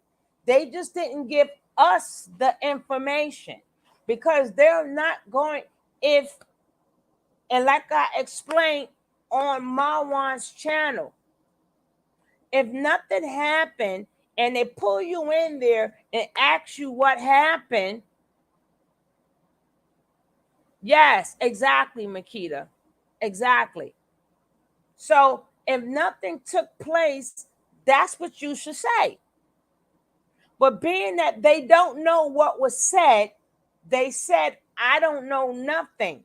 They didn't say nothing. Why wouldn't you say something if nothing happened? See, that's where they messed up at. They are the first witnesses. Even if they're credible or not credible, it doesn't matter. Even if they couldn't think of a lie because they don't know what was said. So if they know what was said, they would have thought of a lie.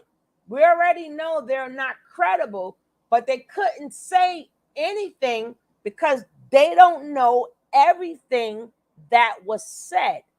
They only thought it was about the revenge porn.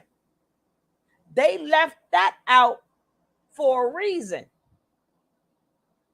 So if I'm calling you in there to ask you what happened that night, they don't care if you're credible or not. Just like they pull some people in there and they think they saving somebody's ass and they start talking and not knowing what was left out, but they still said something. They said nothing. They couldn't even think of a lie to say, well, everything was okay. Everything was normal. It doesn't make it credible, but at least they're saying nothing happened. They said nothing. The point of them saying nothing because they don't know everything that was on the report.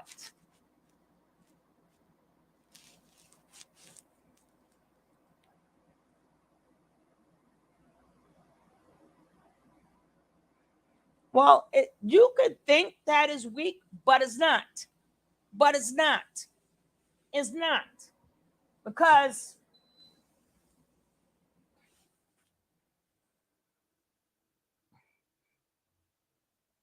if he says, I take it, if I want it, I don't ask for it, you could think it's weak, but it's not.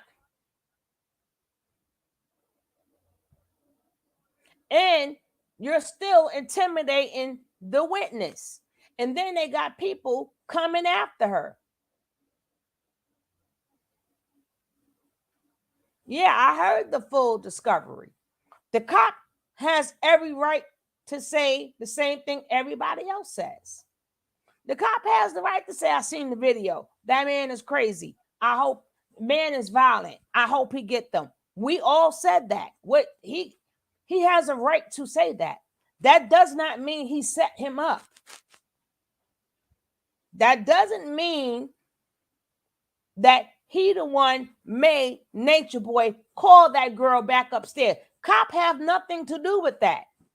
The cop has nothing to do with Natureboy telling that girl to go back upstairs.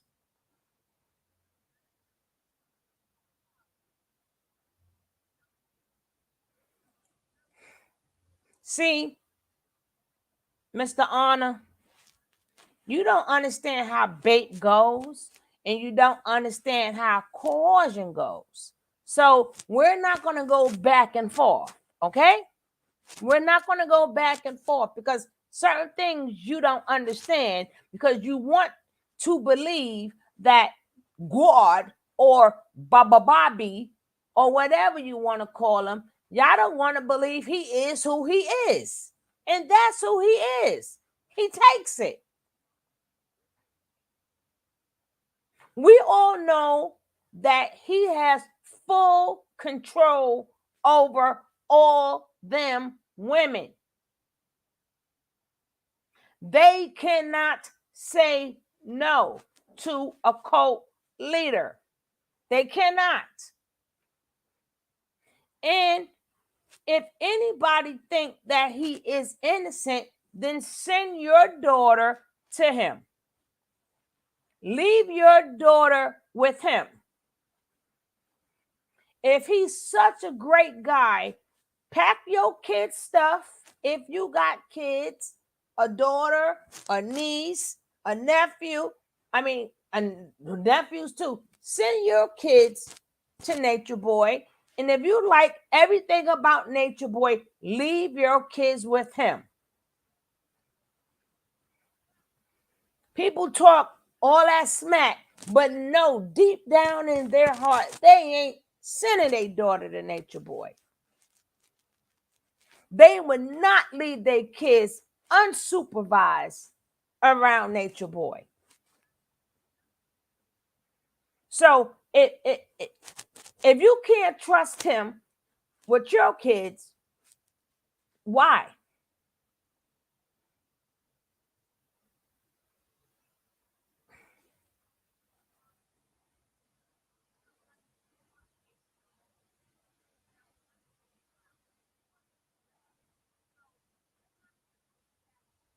We even got a video of that, but I'm not going to play it.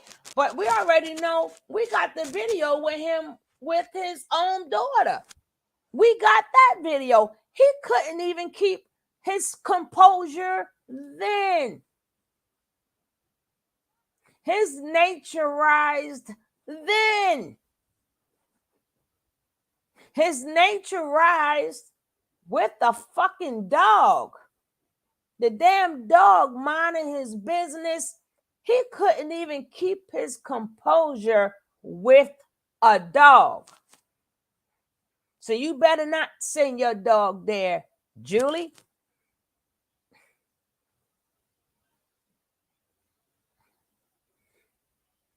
These people was just crazy. And you no, absolutely not. He is sick. That man is beyond sick. Matter of fact, let him stay with you or your girlfriend and you and your wife. Let him stay in your house. Let him come move in with you. I mean, y'all trust him so much, right? He's the Babaji, right? He's such a good guy, right? He's good for everybody but you, but you. He got a lot rising. Yes, he did. I'm talking about facts. The facts is he wanted to hit it. He wanted to hit it one last time for whatever reason that he wanted to. He wanted to hit it because he thought he was going to convince her to stay. So he wanted to make beautiful love to her that night, and she wanted to leave. She was done and she wanted to leave, and he still coerced her. Well, maybe if I can just get her to just give her this good love, just one good time, she will stay. That's what happened. And she like,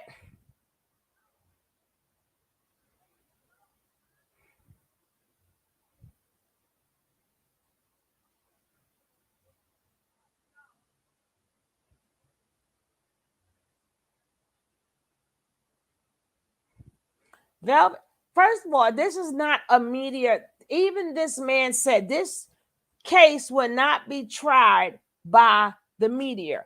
It will be tried in court with jurors. Okay? Y'all can say what y'all want to say. But if that girl takes the stand and say what happened,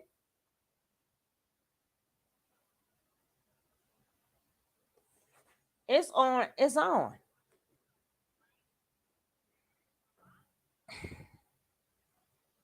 She knew what she's doing. She said Janae, and they're using Shasha for God video on them laughing after the fact. It all that don't matter neither. Now I want to hear him talk. Don't kick him out. Don't kick him out.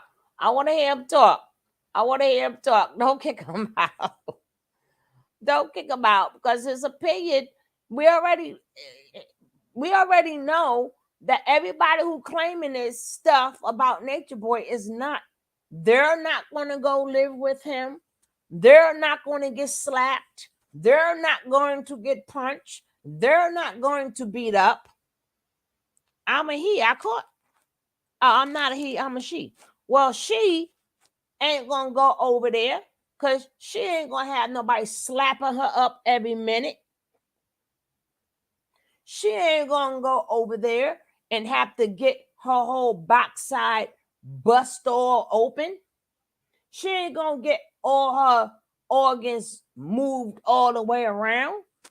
She don't want them alleged STDs.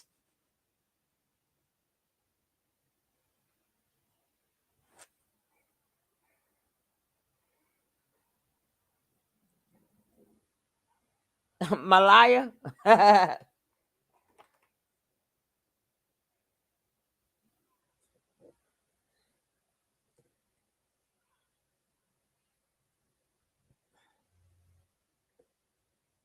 Yeah, I know what I see. And let me tell you something. I'm not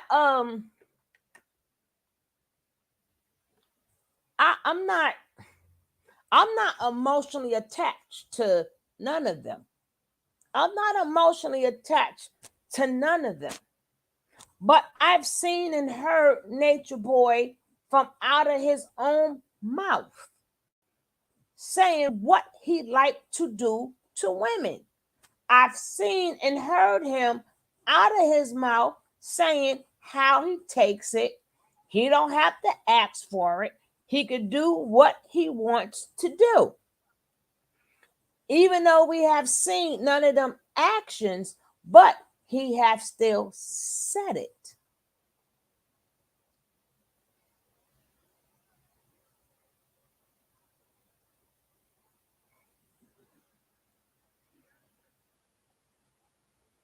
No, she don't get it because people don't want to believe that Nateri said no and Natureboy coerced her because he wanted one more night to convince her to stay.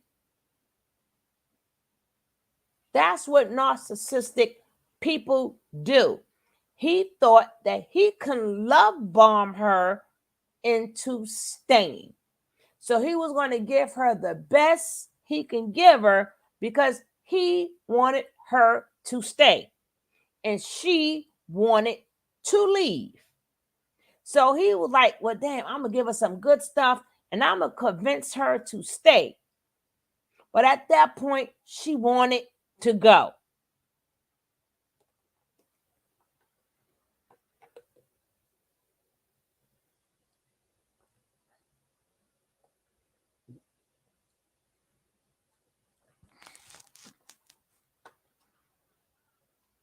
That's the part we are forgetting. Just like when we ready to leave, we ready to leave. Ain't no, she wanted to be queen. If she wanted to be all of that, she would never have called the Uber, okay? Why she went back upstairs, if she wanted to be queen and all that other stuff, and her wish was not granted, she called the Uber to leave. So she didn't set him up because she was mad at Malaya. Malaya never had a title. Velvet was gone how long? Velvet was gone how long? And Malaya was still not the queen, because the night before this happened, he said he was looking for a queen. Malaya was never the queen. He never liked her that much for her to be the queen. That's why he said he liked her vajayjay the most, but she was never queen. She was never the chiefess of the chiefless place.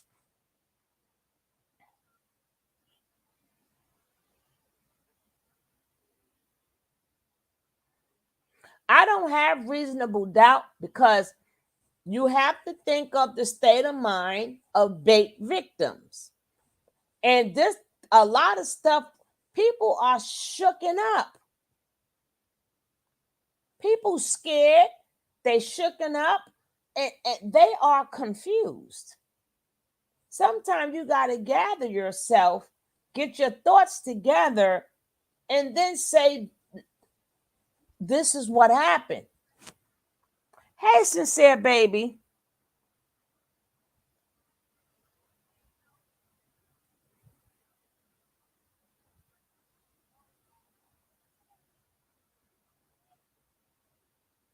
I ain't talking about no failed drones. And the failed drones still conclude. That's still this it still shows the type of man he is to even have women send some damn drones. That he's still showing his character. I'm trying to be the case, and I'm doing criminal activity in jail too. That means he's showing people I'm a criminal. He's still showing people he a criminal. See, y'all not professionals. They're going to have professionals there. And y'all got to remember that is a cult. That is a cult. So the reason why they do things is different from why we do things. What they say in the cult may be different from the things we say. That's why you're going to need professional people in there, because this is still a cult.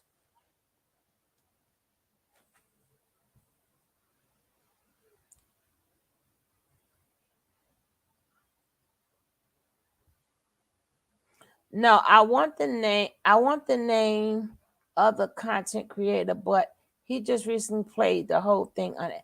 I heard it unedited. But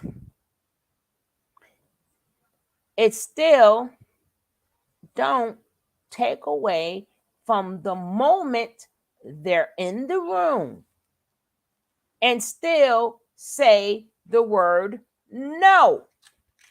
Period.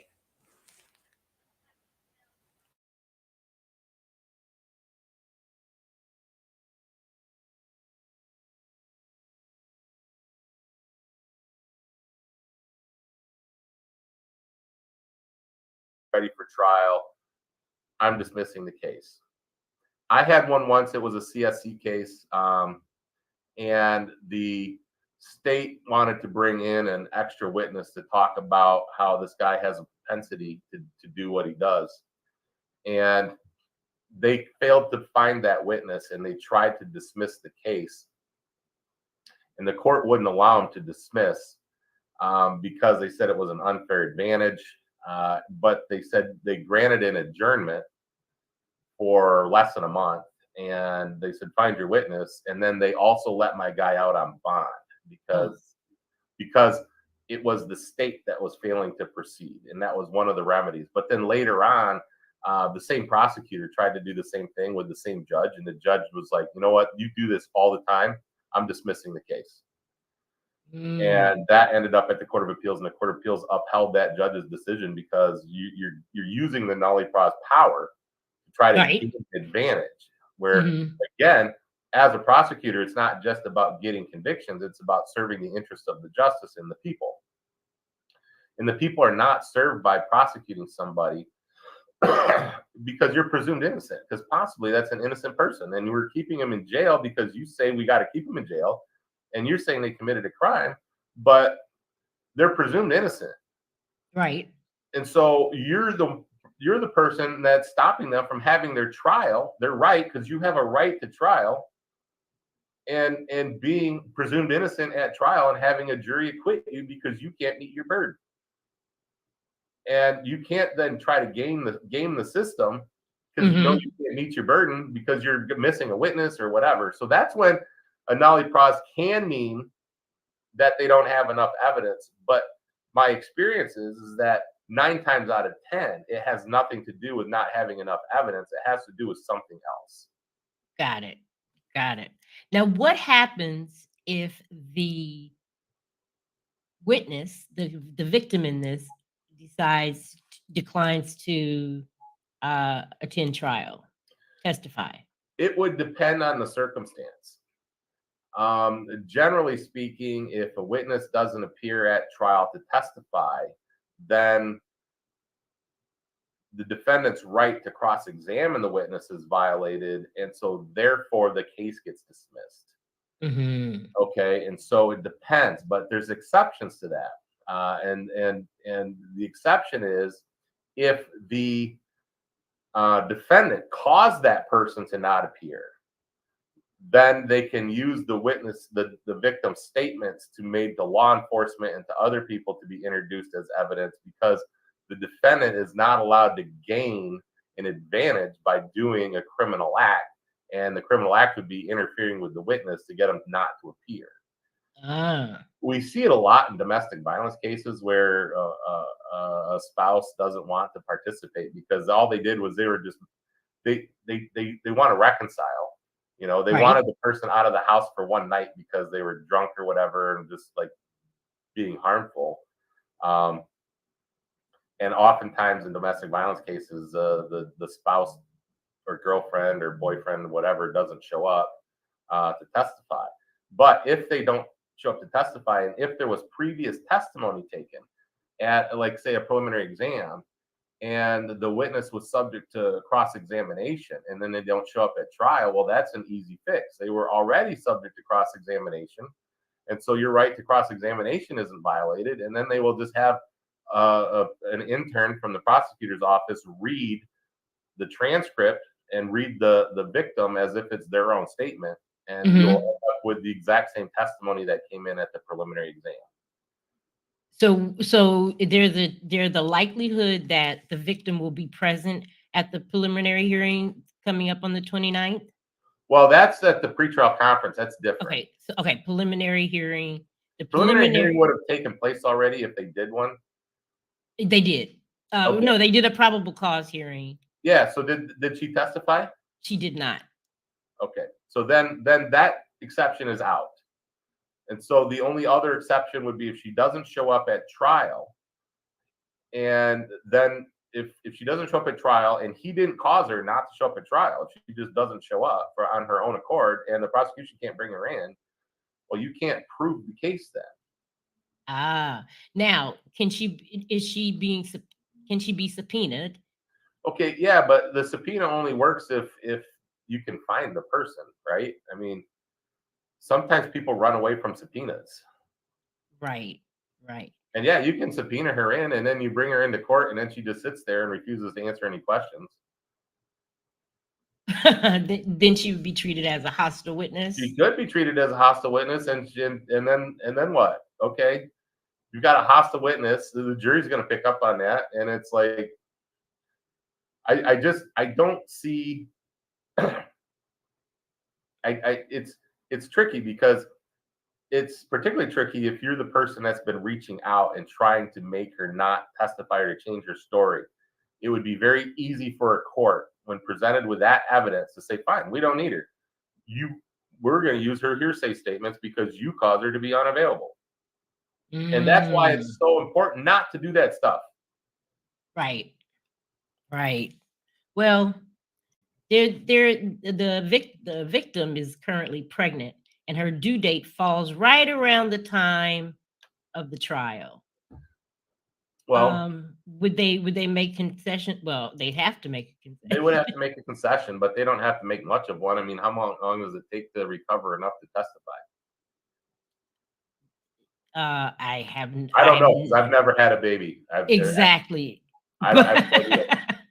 I would imagine that somebody in the judge's staff could tell the judge, or the judge would know, like, all right, fine, we're just going to adjourn this, 2 weeks. Okay, so they would make a yeah, they wouldn't dismiss the case because she gave birth. I mean, that's just like it'd be like just falling down and breaking your leg. It's like it doesn't stop anything. It just delays it a little bit. Right. Okay, so we should expect her to testify. I'm sure. I mean, she's been very tight-lipped about the case, and she hasn't. She's probably one of the few people in this Michigash that Now, hasn't now spoken I up. see an interesting question, and I wanted to answer this one. Oh It's yeah. from Melio I can't see the name, but what happens if his attorneys walk away now? All right, because this is one this is something that we face in my line of work. You can't. Once you enter an appearance into a case, the only way you get off the case is if the court allows you to withdraw. And the court won't allow attorneys to withdraw this close to trial unless they have a very, very, very good reason to do so. And when a good reason to do so would be if you find out that your client is doing something that would cause you, the attorney, to violate the rules of professional conduct. Like choking your client, would that be against the rules of professional conduct? Yes. Okay, so, just checking. Yeah. So if the attorney-client communications break down to the point where like the guy's just not taking your advice, the judge isn't going to let you off the case for that. Oh, okay.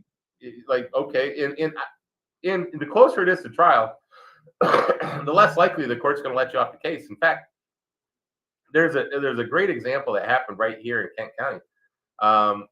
The attorney was making opening statement to the jury, and the client punched him right in the face, like right in front of everybody. Yeah, knocked the tooth out.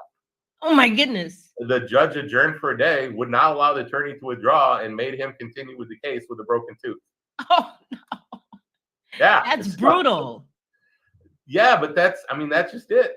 Because they don't want to reward bad behavior by like you're doing something to cause us undue delay, because the people have a right to a speedy trial too. Yes. And so the closer it gets to trial, the less likely the attorney is going to be allowed to withdraw. And and if you go to a judge and say, hey, I need to withdraw because my client hasn't paid me, and you're doing a trial in a month, the judge is going to be like, hope you like pro bono work because you're doing the trial without getting paid.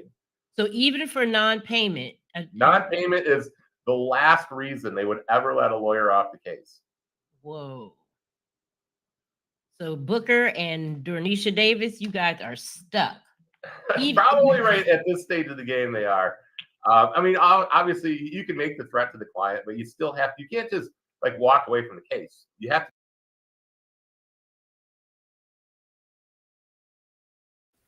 Now, the trick to that would be, I'm going to throw your case. The trick to that is I'm not getting paid. So I'm going to throw your case. So when I do cross-examine her, I would take it easy on her. See, that's how that goes. You understand?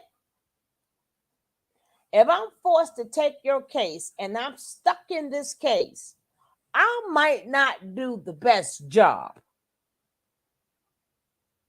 I just might not do the best job because I'm stuck here and I'm not getting my money.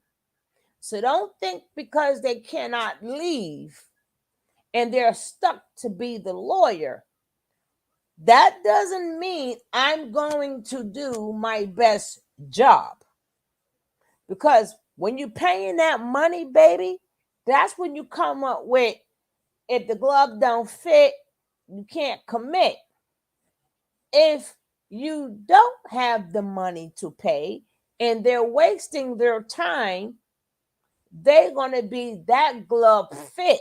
So you got to commit. So remember that. Like I said, y'all can say whatever you want to say. The only thing they need to hear out of Janae's mouth is she said no.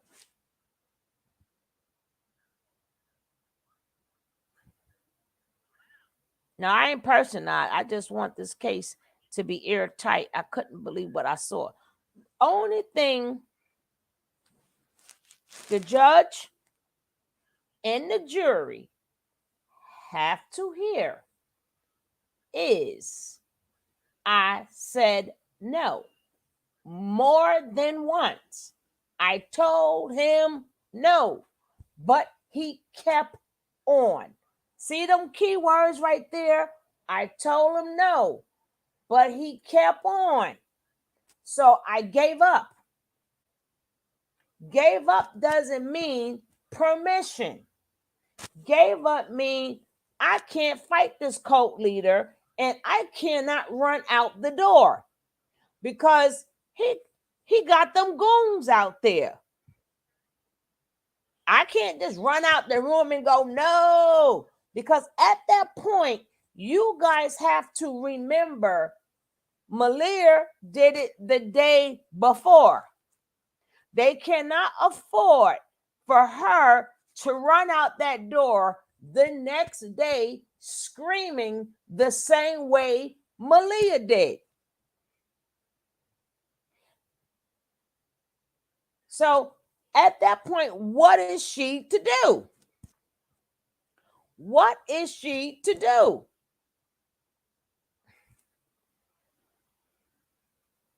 Baby, pretty clear. Let me explain something to you. If you're good at what you do, you will have to prove I threw the case. I don't have to give you my best work. I would just do my job. I don't have to do nothing special. You remember, these people know rules and regulations. Just like anybody else, if they go to work, if they like their job, they would do the best job ever. If they don't like their job, they would just do it. Are they there? Yeah. Are they asking questions? Yeah. Are they going to dig deep into the law books? No.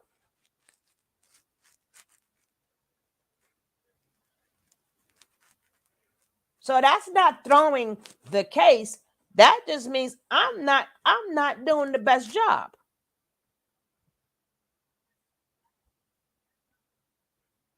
Yeah, I'm doing a job. I did what my job qualifies me to do. But it's different if I'm getting paid good money. That means I'm hiring other people and we all are digging in these books to find a way to get you off. I don't have to do that because you didn't pay me to pay people to do all this research and studying and pulling up this old case and pulling up that old case. I don't have to because you didn't pay me. So I can't pay these people.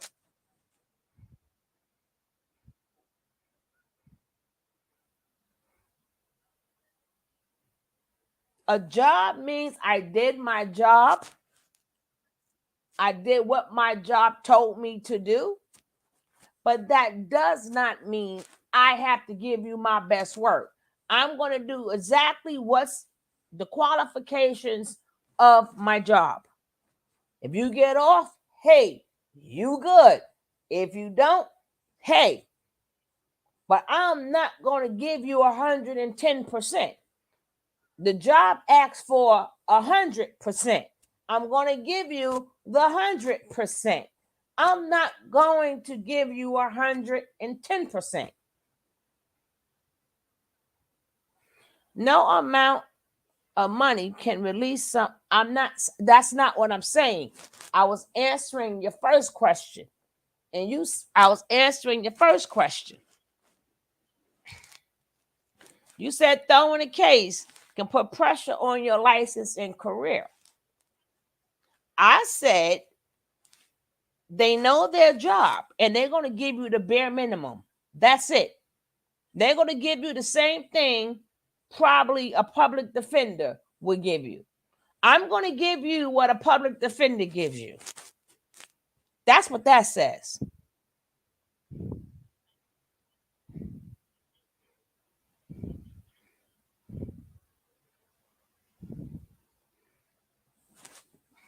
Because see, what y'all failing to realize,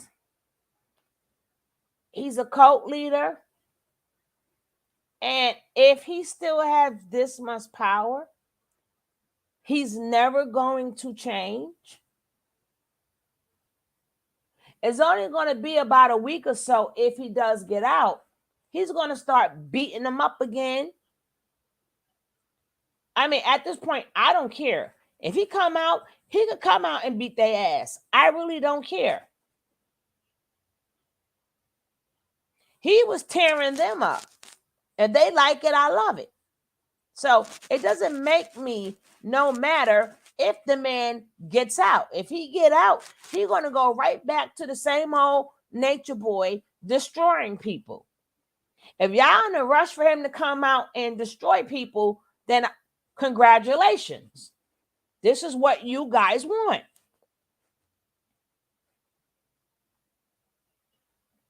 If he stays in jail, maybe they can move on with their life. But he's still a cult leader. He's a narcissistic sociopath. They do not change. That's just like putting somebody back on the street who be pow-powing people. And they know the minute they let him out, he's going to continue to pow-pow people. So, yeah, y'all want him. I don't care if he come out. I don't care if he go back and slap them up and beat them up and put them back in a corner. Make them kiss his toes, suck his toes, rub oil all over his body, and degrade themselves. He's not coming out, if he comes out, to treat them like queens. This is nothing but pure love bomb right now. Oh, y'all there for me. Yeah, y'all the girls. Y'all got my back. Yeah. And the minute he need his narcissistic supply, he gonna be smacking Malia all over. For any remember, every time they talk on the phone, he's jotting down every conversation. He's already mad that he got to face another charge because they did not know how to fly a drone. They did not put the correct weight in there. So he has to catch another charge for that. So he's really mad at them. When he come home, they're going to think shit is sweet. And then, oh yeah, remember when I was knocked up and I told you to answer that phone at 8 o'clock and you answered it at 8:01? Pow! So y'all could be happy. I don't care. Because he's beating their asses. He's destroying them. And anybody who support them, that's their business. So it's not like, oh, I hate him and I want him locked up. The point that I know is that I am a female.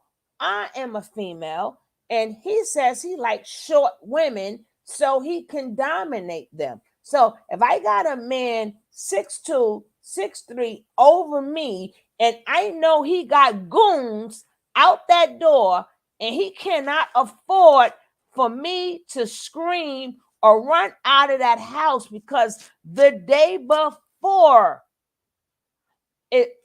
incident just happened with Malaya.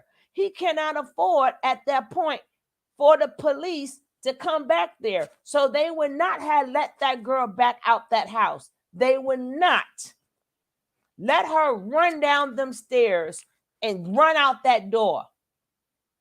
They was not going to let that happen because the day before it just happened with Malaya. And that's the part you guys keep forgetting.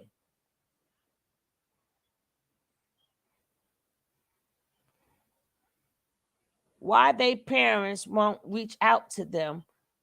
Well, Malaya parents cannot because her mom's is unalive. She and the rest of them, hey, you can't make them do it. That's why I don't care. They haven't even left. They haven't went to go see their kids. They haven't put none of that energy into their own children. And y'all want me to care about them? Let his ass out so he can beat their asses again. So he can stomp her in the stomach again. So he can kick her in the head again. Let him out. They ain't got beat in a while. They got some ass whoopings coming. They think they're never going to get beat again and nothing is never going to happen because he's going to see, hey, these four are down with me. Shit in it.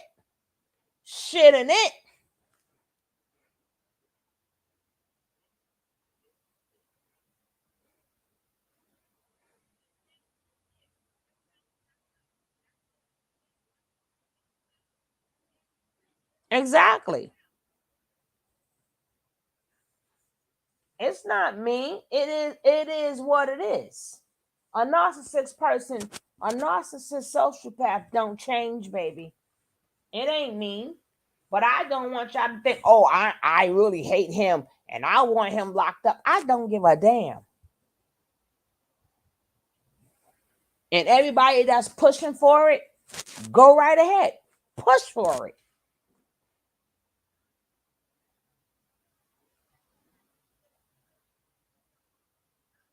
Yeah. Thank you, Anna. I appreciate that.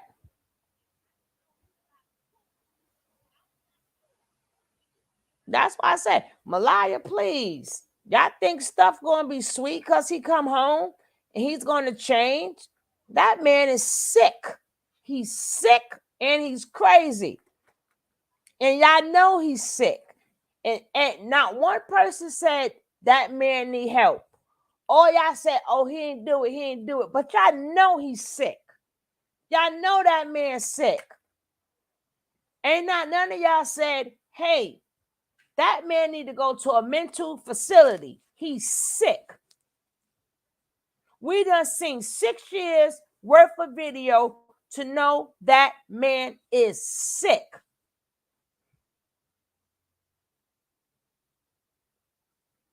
He do not need to be out there in general public.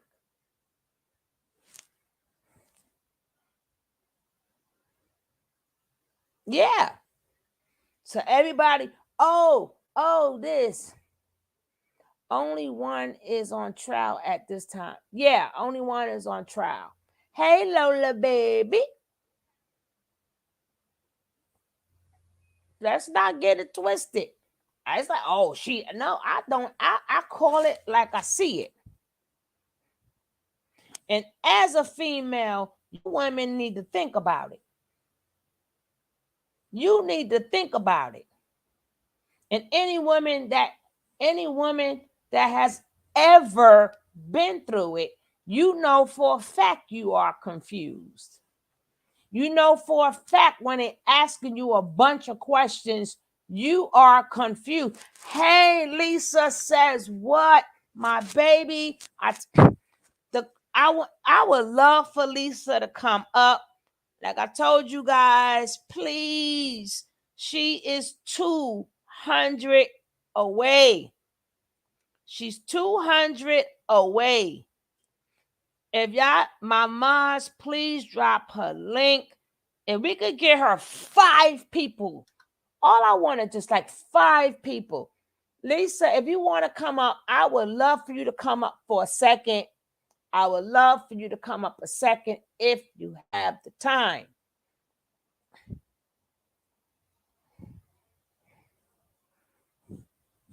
She did a phenomenal job. And like I told you guys from the beginning, she's putting in that work. And we need to support her. She's putting in that work. Let's help her get monetized. She's putting in a lot of work there. Let's help her out. They're going to drop the link. They're going to drop it. My baby Nicole just put it in the link. Nicole put it in the link. Please, like I told y'all guys from before, I tell y'all all the time, support my sister. She's 200 away. If you don't have her, please hit that link. Please hit it. Hit subscribe. She got other things on there too. I'm supposed to be in bed. And I'm even supposed to be talking to you guys. I'm supposed to be sleeping. Thank you so much, Anna. Thank you, thank you, thank you. Thank you, Coffee. I can publicly claim to be a puppy that don't make me able to live in a dog shelter.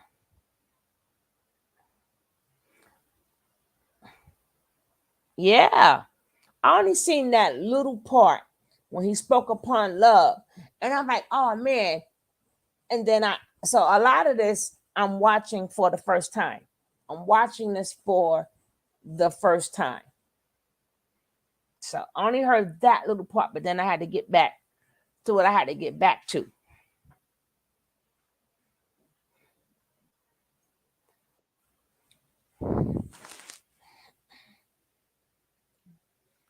Hello, beautiful. How are you? You outdid yourself today, Queen. Did I do a good job? I was like hoping you were listening. No, because this is a really busy time for me. So I caught that one piece, and I'm glad I caught that one piece. I should be sleeping right now, but I was like, no, because I know that you had to be like talk to him, and I know his time. His time is worth money. So yes, that's why I said I'll do an open panel when I get home. But I like. At one point in time, do you remember when she said I said the word make love? Do you remember her saying the same thing he said? In reference to what? I'm sorry. She said, I said that because I can't say certain things on YouTube. No, I didn't hear that. I have to find that video. God dang it. We done did so many. There's a video of him telling her, she said something about we effed. And he said, don't say effed, say we made love. I heard him tell her that. No, people were saying to her, I don't know, was it afterwards, or maybe she was explaining it on one of her videos. Okay. And then she specifically said the same exact thing that man said. Interesting. She said, because I'm not allowed to say bape on YouTube. Do any of my regular people remember that? I'm waiting for my people. Ms. Leo. Ms. Leo was in the house this morning. My people, we know we won, girl. We're gonna support. I love it. Thank you so much to you and your community. 200 more people. No, we are the same community. Thank you. I appreciate that. And we're gonna have to get you. Yes, thank you. That's what I wanted to see. Whoever was watching and see the day. You see how they remember? She said that. Yep. Okay. Miss Leo does remember. And coffee and wine too. Mm-hmm. I was waiting for Nick. There she go, Miss Rod, Nick.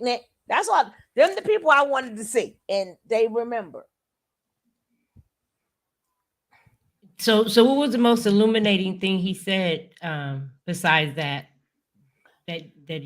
shed some light on some stuff, because he shed a lot of light for Oh my me. gosh, he did good, and I'm glad you picked, the real potent questions to answer.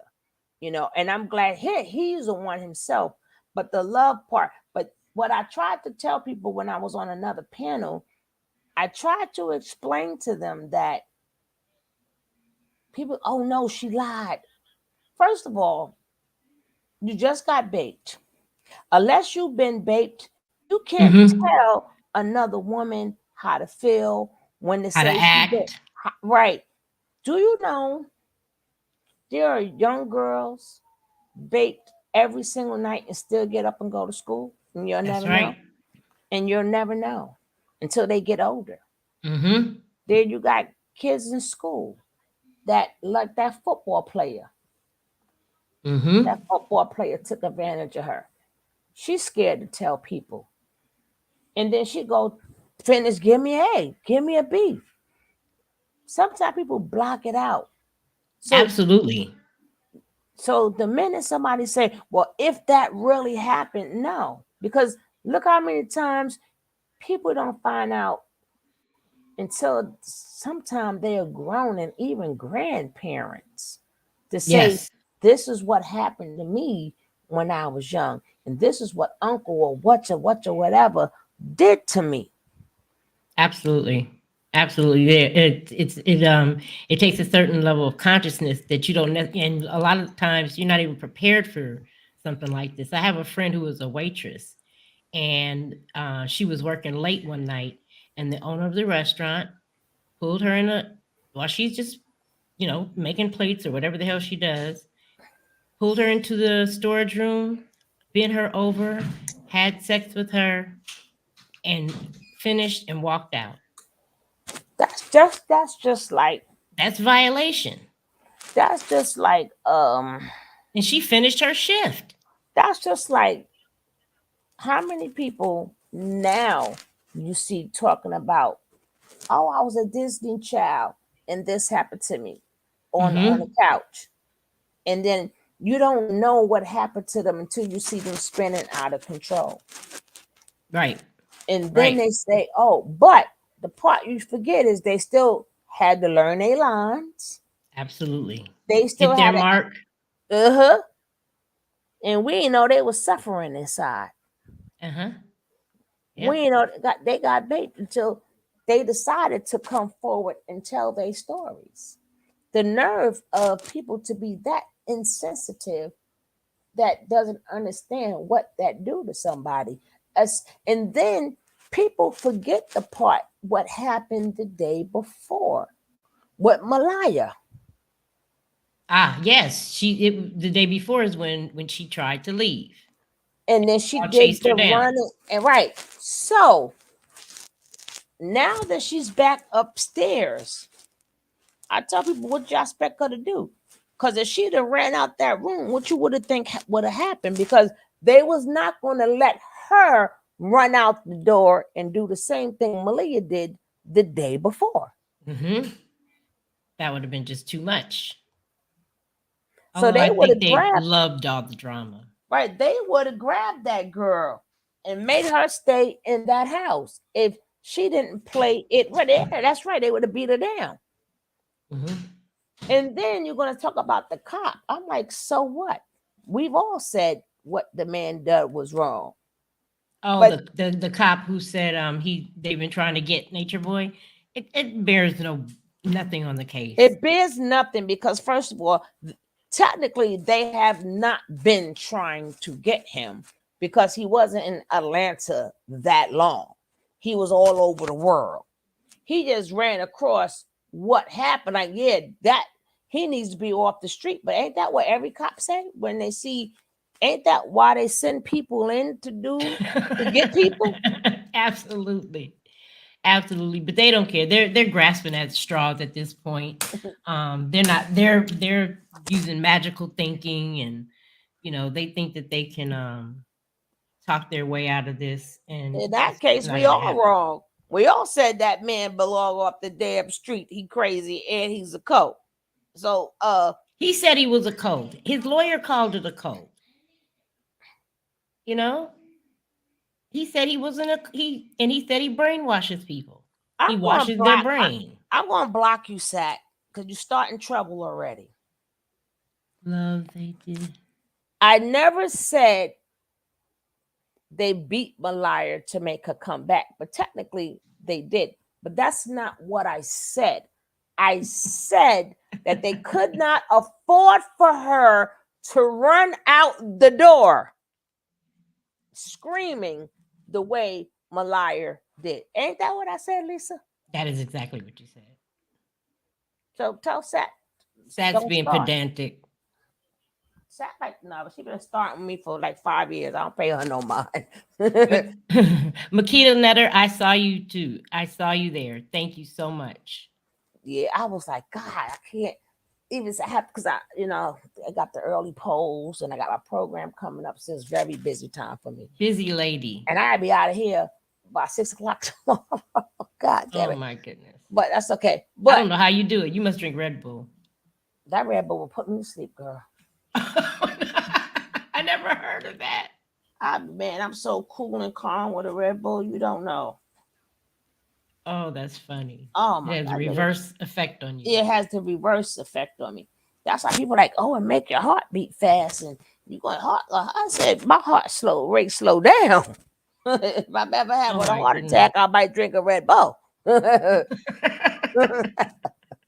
But I'm just saying, people going by what she said in number, and I also said they're not going to tell you at what messed them up, and what people don't realize is they're not going to tell you what's in the report, right? They're not supposed to tell you what's in the report. When they call you in the interrogation room, you're supposed to be telling them something. Yes, they are taking the information down. And 1 minute you can't say, well, they're not credible, but now you're telling me the information they give out, I'm supposed to believe, right? You just said they're not credible, so they're not credible all the way. Make up your mind.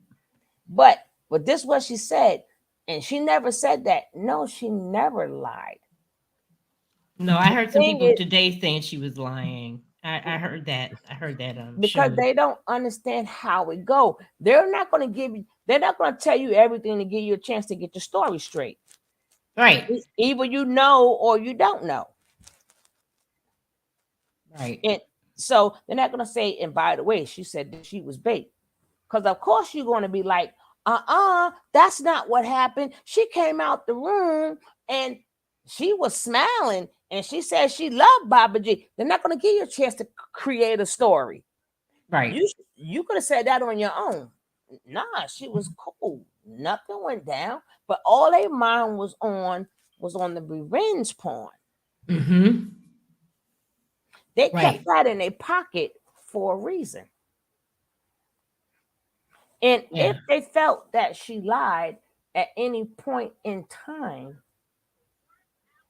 they they know if you're a bait case. In any case, how many times they tell people, if you remember anything else that happened, call me. Right. Because you can have memories that don't surface until later. Something can spark your memory. Or you just, can't even, come to grips with it.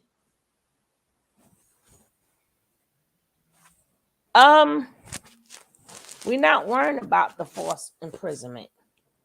And the forced imprisonment, see, this is where y'all mess up at.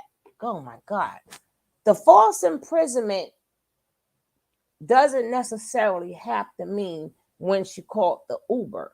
The false imprisonment can mean when she went back upstairs. Absolutely. And said, I want to leave.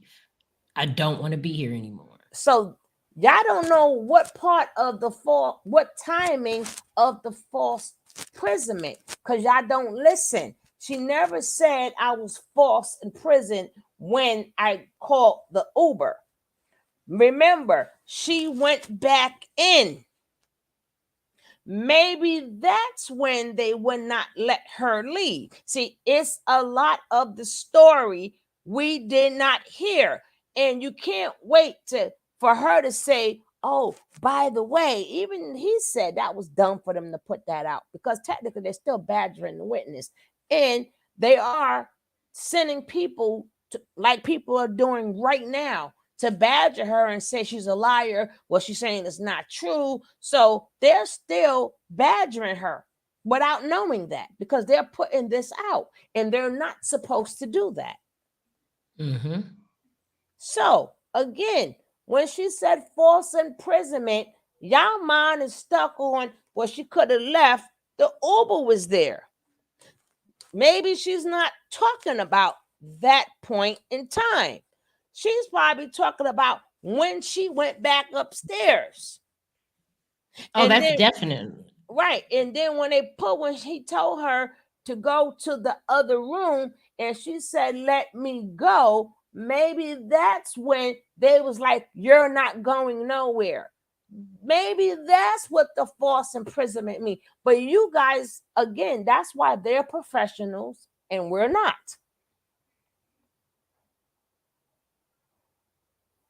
That's I it. wish she would have stayed offline too. But that also goes to show you the mindset of people who are damaged. This is what they go through. She also makes a lot of money and supplements her income by going live. Also, she got a big haul from those baby showers. Um, she got a lot of stuff. I mean, people were very generous to her. Mm-hmm. She stated she wanted to have money saved up for the next 3 months for rent, and so that's not in her purview, so she can focus on the baby. And she worked 3 jobs, did her online stuff, wrote her book. I mean, it's kind of working out for her being online. I mean, financially anyway. Yeah, and So then all these people, anybody who said, oh, I'm like, first of all, they thinking again, just like when Marwan said yesterday, Marwan said that he would say that if she would have tried to leave and he pulled her back. No, that's not the only form of coercion. I read that, if you would have seen the beginning, I broke it down. I did the dictionary. It also means manipulation and intimidation. And a lot of women been put in that predicament where they went out with their friends, they're not at mhm. home, one person drove them there, they don't have no way of getting home, they thought they was going to a party, and the guy pulled them into the room, and they're saying no and no and no, and that guy is still, but come on, baby, and then pulling her stuff down, but she doesn't want to do it, but she's stuck. And we cannot act like that does not exist. A lot of women go home feeling nasty and terrible, and they stay in that shower and they just scrub themselves because they didn't want to do it.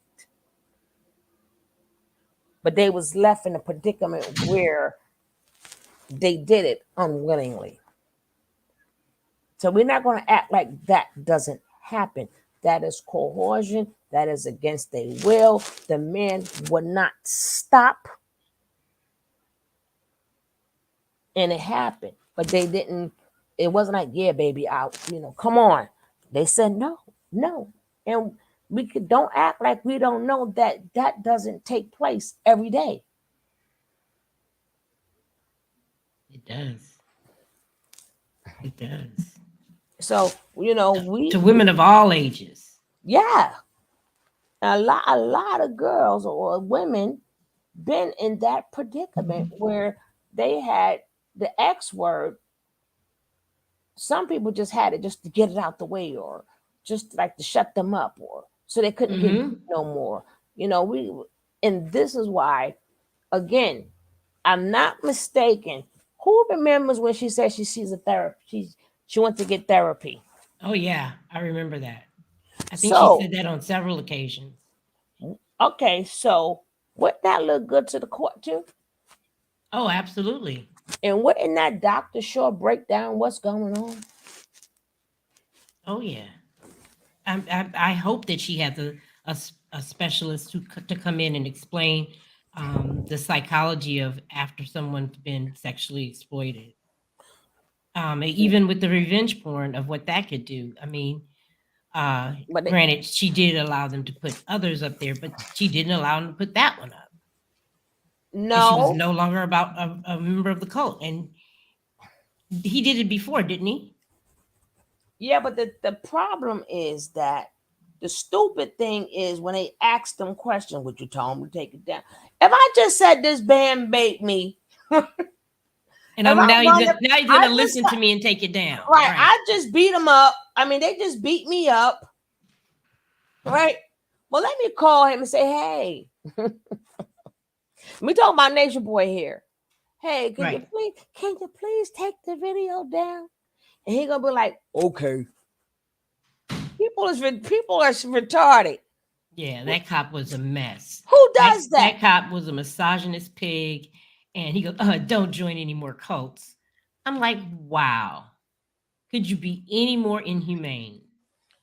Again, like I said, Sat, you do not have to threat. Them are, oh God. Watch the beginning of the video. I'm not going through this with you. I did not just say, Lisa, it also says by manipulation or intimidation. Yes, and he's six at 12. You got to remember, this dude is 6'2", 200, 100 and something pounds, and he's towering over her. And he's a aggressive guy, and she's seen him be aggressive. She I, knows what he's capable of. I thank you. I just read, didn't I say I just did the dictionary? That is one of the ways is by threat, violence, or saying I'm gonna do this if you don't do this, like a form of some type of form of blackmail. If you don't do this, I'm gonna do that. That's one of the definitions. Let's just look at it this way, Sugar. What if she had said no and really Thank and you. resisted? What if she would have said no, absolutely not? What would happen to her? She would have made things a lot worse for herself. Oh yeah, if he went off on her the night before, my God. Now the dictionary definition is not the legal. Even okay, didn't she say I told he told me to come go in the other room? He Was led me. She said he led me to the he other room. let her there, right? So that means she Correct. ain't walked there by herself, right? But either way, coercion also consists of manipulation and intimidation. Which So both occurred thank you. because the intimidation was he had his goons outside the door waiting to smack her up again.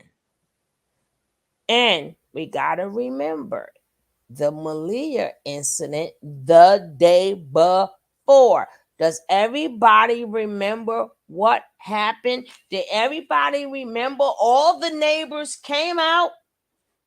Them girls took after Malia. That's all on tape, and that happened the day before. Do you think Natureboy could risk that again the next day of having another woman run out the house screaming and yelling? Screaming at the top of her lungs. And the perfect thing that man said is people just ask that question, but they don't ask the next question. No follow up.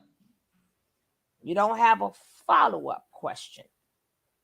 And again, like I said before, there are pieces that they are not telling us.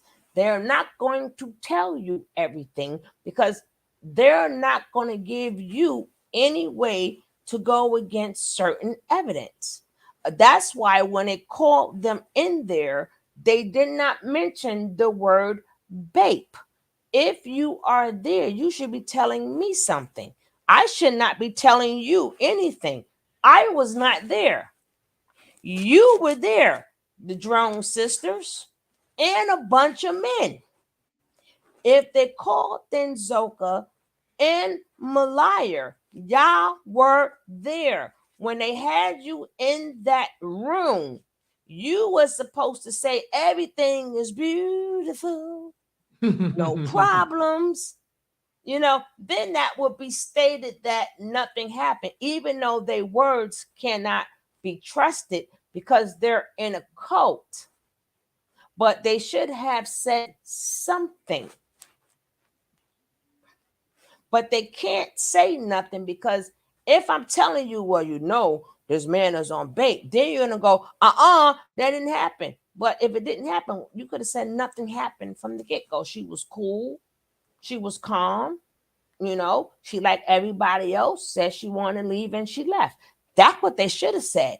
But the question is, why didn't they say that? Oh no. That though their explanation is very one-sided. Of course it's one-sided. And people but because they don't have a defense. Their thing is, we don't care what he done. We know he like this and we know he like that. Natureboy said out of his own mouth that day he whooped Malaya ass. That we didn't see, but he said that day before he went running after her, didn't he speak upon jail? He sure did. And what did he say? Even if you didn't do it, karma.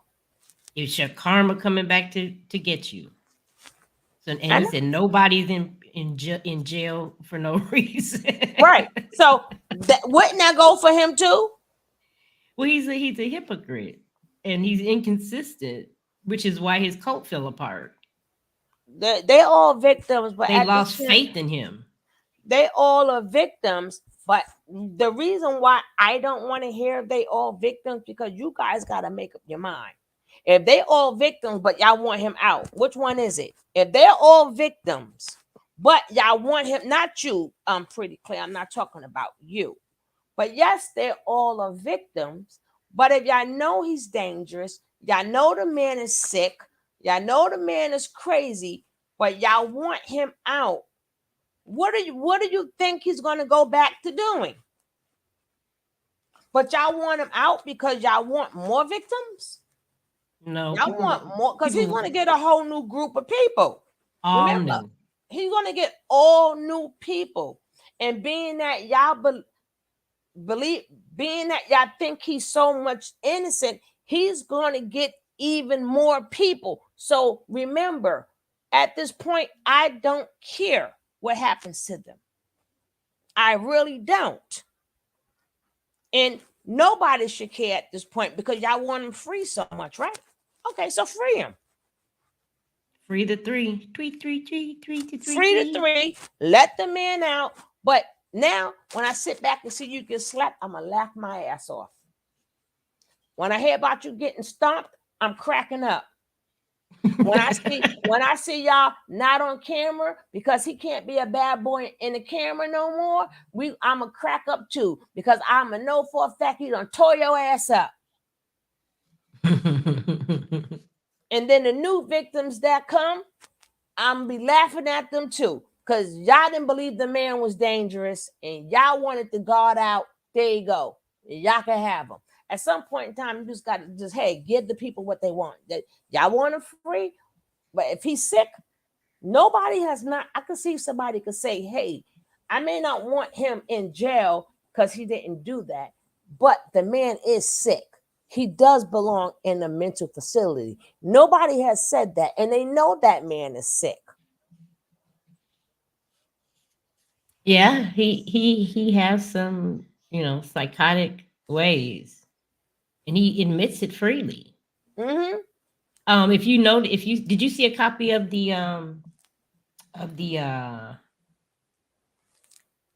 deal the plea deal?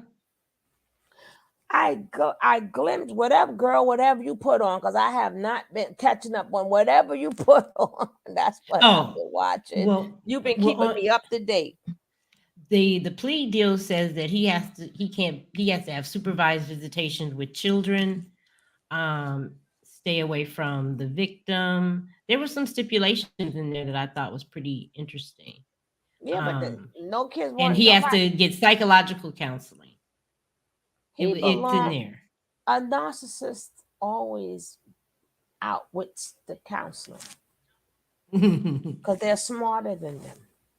They think so anyway. No, a lot of them are Well, because I don't. they're good at what they do. Mm-hmm. They're I gonna don't think convince you Natureboy's gonna be smarter than anybody. because they mirror the behavior. So they're gonna say whatever that psychiatrist wants to hear, and they're very cunning. They're very charming. They're gonna tell you certain stories to make you the way they say it. You Mm-hmm. know, and then is and what I mean by smarter than them is like I'm not changing. So you talking for no reason. That's what I mean by that. But go ahead, carry on. You know what I'm saying?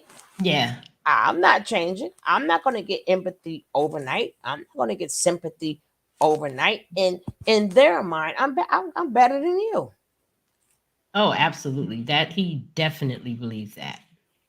He definitely believes that. Well, he makes himself believe that because he actually has very low self esteem and low self worth, Yeah. which See, now nobody don't like when I say let him out. Well, ain't that what y'all saying? Y'all got to make up your mind. I said keep him in. He's dangerous. Y'all said he innocent.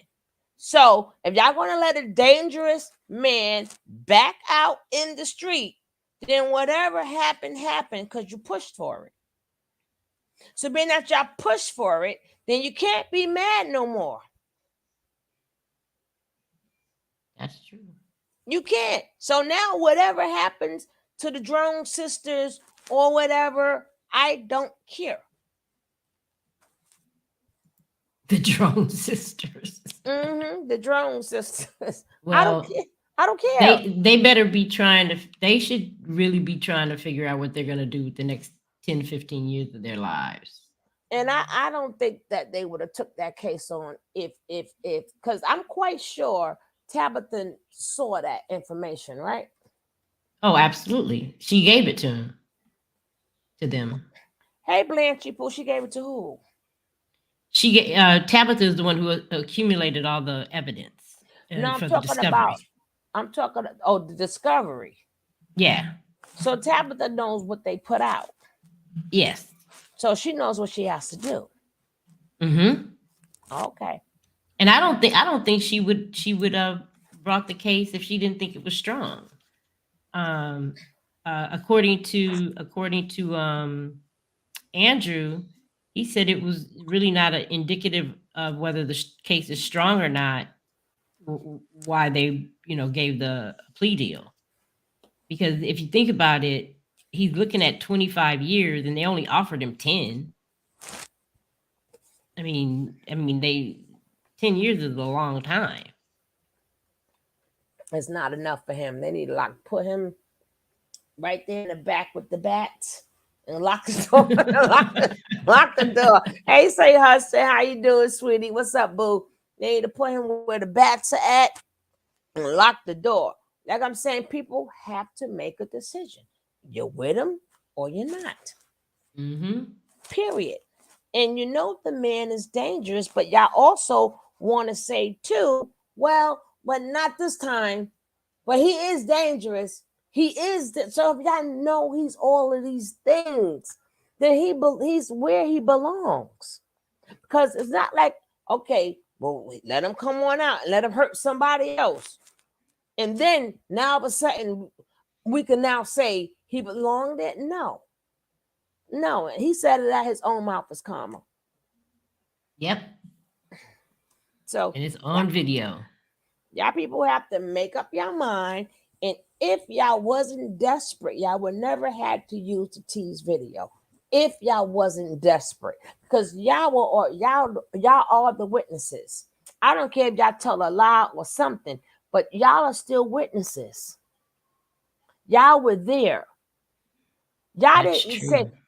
before, even before that, when they kept calling him innocent, which they cannot, they was not there. Remember, they don't know nothing. So you can't say he's innocent because you said you don't know nothing.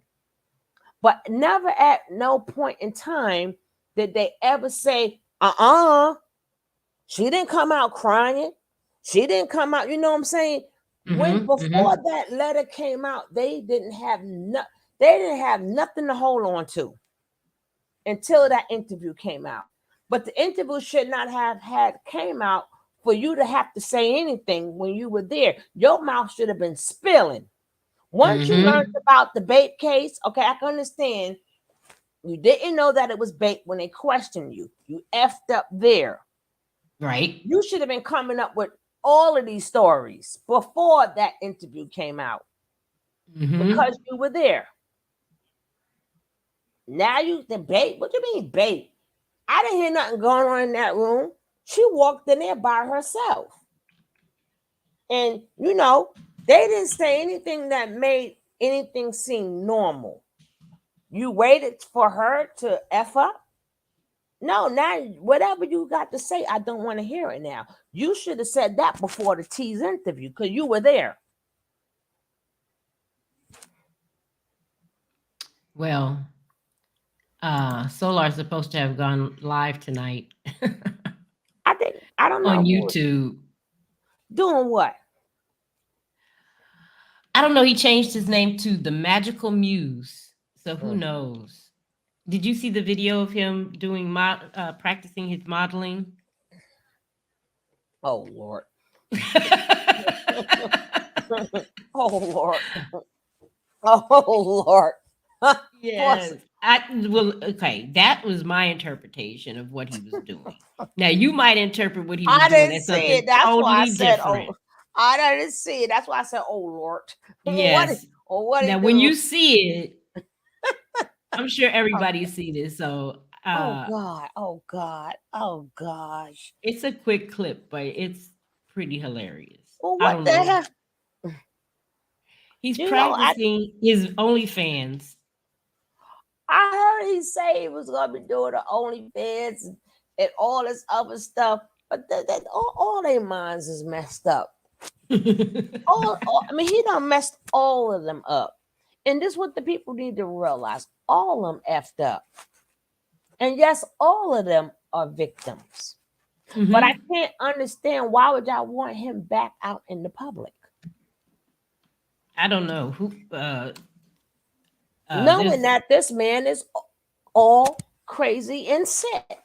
But if this is what you guys want, then you're gonna get it. If you get it, and then more things now happen. You gotta remember that could be the spirit of Mama Dia. That could be the spirit of that baby love that he could not pay for. So Yep. he's get that. Yeah, it is karma. Cause y'all saying all of that, but nobody cared. Let's forget about Mama Dia and baby love and anybody else who disappeared. Let's just forget about them because nothing could have happened to him then because he wasn't on American soil and she's not a citizen. So let's forget that no justice could have been bought for her. Maybe this No. is her justice. Yeah. Yeah. Because it's very true that take him out of the equation and she was doing fine her whole life. Put him in the equation and then she's dead because she stops taking, deceased, and because she's not stopped taking her medication You said because he didn't what? believe in medication. You said what doesn't matter what we want? It matters everything because everything it matters. It matters. Think about it. The man is crazy, deranged, abusive. Everybody ain't loud when they say he beat that girl with a belt. and enjoyed it. Everybody, some people got so scared at some of them beatings, that's why they had to go. Because they said the man was really enjoying a whacker or the whacker. Everybody got scared when he hit that girl so hard, Malaya so hard, her body went through the door. Everybody not lying. And then this dumb chick who came on there talking about, oh, well, he beat up a Velvet because she was mad and she was Velvet and because he was looking at us. I'm like, please, no, it doesn't. That man is in custody, the jury and judge will. Listen, if you're not fighting for him to get out, then I'm not talking about you. I'm talking about the people who's fighting for him to get out. If y'all want that sicko out, then you can't complain about what happens afterwards. That's what I'm saying. Y'all want him out so bad, and I specifically said not you in particular, but the people who's sending the money, the people who is still hooked on his brainwashing, thinking that he's God and what like they can't read for themselves. That I can't believe people still fall for this cult stuff, but they do. That's what I'm just saying. Some people need to be off the streets. He's off the streets. Like I said, nobody don't think about it. Even though them girls still got his back, nobody don't think about they ain't got beat for over a year. They don't know what that feels like not to get beat in a year. Yep. But To he's get and slapped. they haven't had a phone call from him in a couple of weeks since he had the gag order. So they're just by themselves for the first time in a long time. They don't know how it feels to okay, I'm tired, let me lay down. They can go to bathroom on their own. They don't have to ask to go to bathroom. They ain't gotta ask to eat. They ain't gotta hear his tantrums for 12 hours. Nobody don't understand that they don't. A lot of them didn't know how that felt like for a while. These girls got a break. Yep. Their bodies, their backside is finally probably tight again. Before it wasn't even tight. It was. They said it. They when Malia was in the hospital, it looked like a big hole back there. Ew. Because they said that he didn't like you use lubrication or nothing. He just rammed it in there. Ugh. So they rectums were all tore up. Their bodies has now healed up. They're able to eat. They did a lot of getting better since he been gone. But nobody don't see that.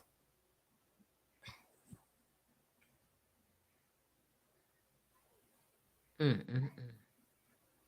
I Yeah. don't have no feelings. See, that's the thing. I don't have any feelings. I just do commentary and I report. But I'm just saying for the people who's very angry that he's locked up. It's a lot of people that's covering it pretty clear. So for me to sit up there and name everybody, I cannot do that. Even she said people in her chat was saying the same thing. We cannot name everybody. We don't know everybody. So we can't tell you who they are. So There was a whole show today, pretty crystal clear, and they were all saying Janae was a liar. It's all a sketch. It was all a setup and all kind of crazy theories, and that he's not guilty. And the wives, they have a big fan base, and those people support them. And if you read their comment section, it's people in there. I think they delete anybody who disagrees with them. Yeah, of But course. but they they have a lot of supporters that's that are keeping them going. Right. That's why I said the people who feel that way, then I don't want to hear nothing. But their thing is, well, that's what they chose to do. So you know what? Now I agree with you. How about that? That's what they. You're right. That's what they chose to do. That's what they want to do, and y'all love thrown in our face. They are grown, so you get something off of watching grown people get abused, and the only thing you could say, well, that's what they want, and they're grown, and you think that's okay? Okay, well then it's okay. I don't think it's okay, but you seem to think it's okay. It's absolutely not okay. These women, they've lost their agency. They've lost the capacity to, fight back. They've completely capitulated to him. And um it's going to take some deep therapy, some deprogramming for them to ever change, um to ever leave him. I believe, and then I do feel sorry for them. I mean, not sorry for them, like I pity them, but I just know what the future holds for them, and it's not bright Mm-hmm. Mm-hmm. because he's going to Exactly. get new women. He's going to get all new Yeah. women. He's going to replace them all because he told them they all were fives, and he could get tens, or he can take a five and make a 10, or whatever his theory is. That He at even that to- moment, he even told Malia she was ugly, and no man will want her. But it's I was like, well, already. People forget he told all that too. Like, you ain't cute, something like that. He said to her. But the thing is, that man did an excellent job. And at any point in time, if he didn't think that they had a case, he would not have spoken to you. That's right. what I believe. Mm-hmm. Or he would have Because just said it. This is a weak case, or this case is not gonna go to trial. I trust him. He's really honest, and I don't think he would he have didn't seem even to be spoke phased. upon it. I'm saying I don't even think that if the case was that far, he would have really took the time out to Yeah, say I get what you're things. saying. You understand? I think it'd have been like, Hmm. girl, this case ain't nothing. I ain't got no time to speak. You know what I'm saying? Right. He must have seen something in there for him to even come and give his time. Definitely. Definitely. He was and he had a good time. He really liked it. That was his first time. So, but he'll be back on the 23rd for the trial coverage. Are you going to the trial? I, mm-mm. Yeah, me either. I wanted to go. Yeah, but I want my listen. The days and stuff started changing. And I got my program. The kids start. So Oh, yes. I thought it was going to be before July, so all that Right. got messed up. It was just straight pimping at this point, sugar. I don't always say that. Yeah, I'm like, listen, the man is dangerous. The man belong off the street. I don't. I'm not really worrying about um how he got off the street. I'm just glad, I'm just glad that he made it off the street. And I do know for a fact he did not ask that girl permission to have sex with her. I know Oh, for a fact that him being the person that he is, and it has always been stated that I'm not saying every man asks a woman. Some men just like they start coming over, but the woman usually reciprocates. But she specifically said the word no. So the minute she said no, that that's it. changed the game for me. Because I know I'm a woman. And I know a lot of them like, no, no, no, no, no. But people don't realize that could be your son, right? And if you don't teach your son no means no, your son will be trapped up in the system too. Absolutely. So You'll be putting money on his books. So, and I told my son that. I don't care if he don't listen to me. I have told him that since he was, even when I talked to him, I'd be like, no. He was, even when he was young, no. No means no. But now I was prepping him since he was a baby that no means no. Then when he got older, it will be anytime you with a woman, I don't care if you get the blue balls. You pack up and run. Get some ice or something. I don't know what to tell you. But anytime women tell you no, you go. No means you go. Because let's just say some women are vindictive. The point is, if you would have left when she said no, she can't do nothing to you. Nope. Now, not that she can't say, it's not the fact that she can't say, some women do lie or whatever. Oversimplified. I don't know what you mean by that. What does she mean by that? I don't know. So you skip over the notion that the wives may be unsafe too. Why I gotta skip over it? They are unsafe. They slap the hell out of each other. I didn't skip over the notion. They are the ones that's putting out every 5 minutes that they're making people attack her. They got everybody calling her a liar. That girl, let's not skip over the fact she is about to bust any moment now. And this is the time everybody want to jump on her and call her liars and hoes and sluts and all these type of things. Them women are protected.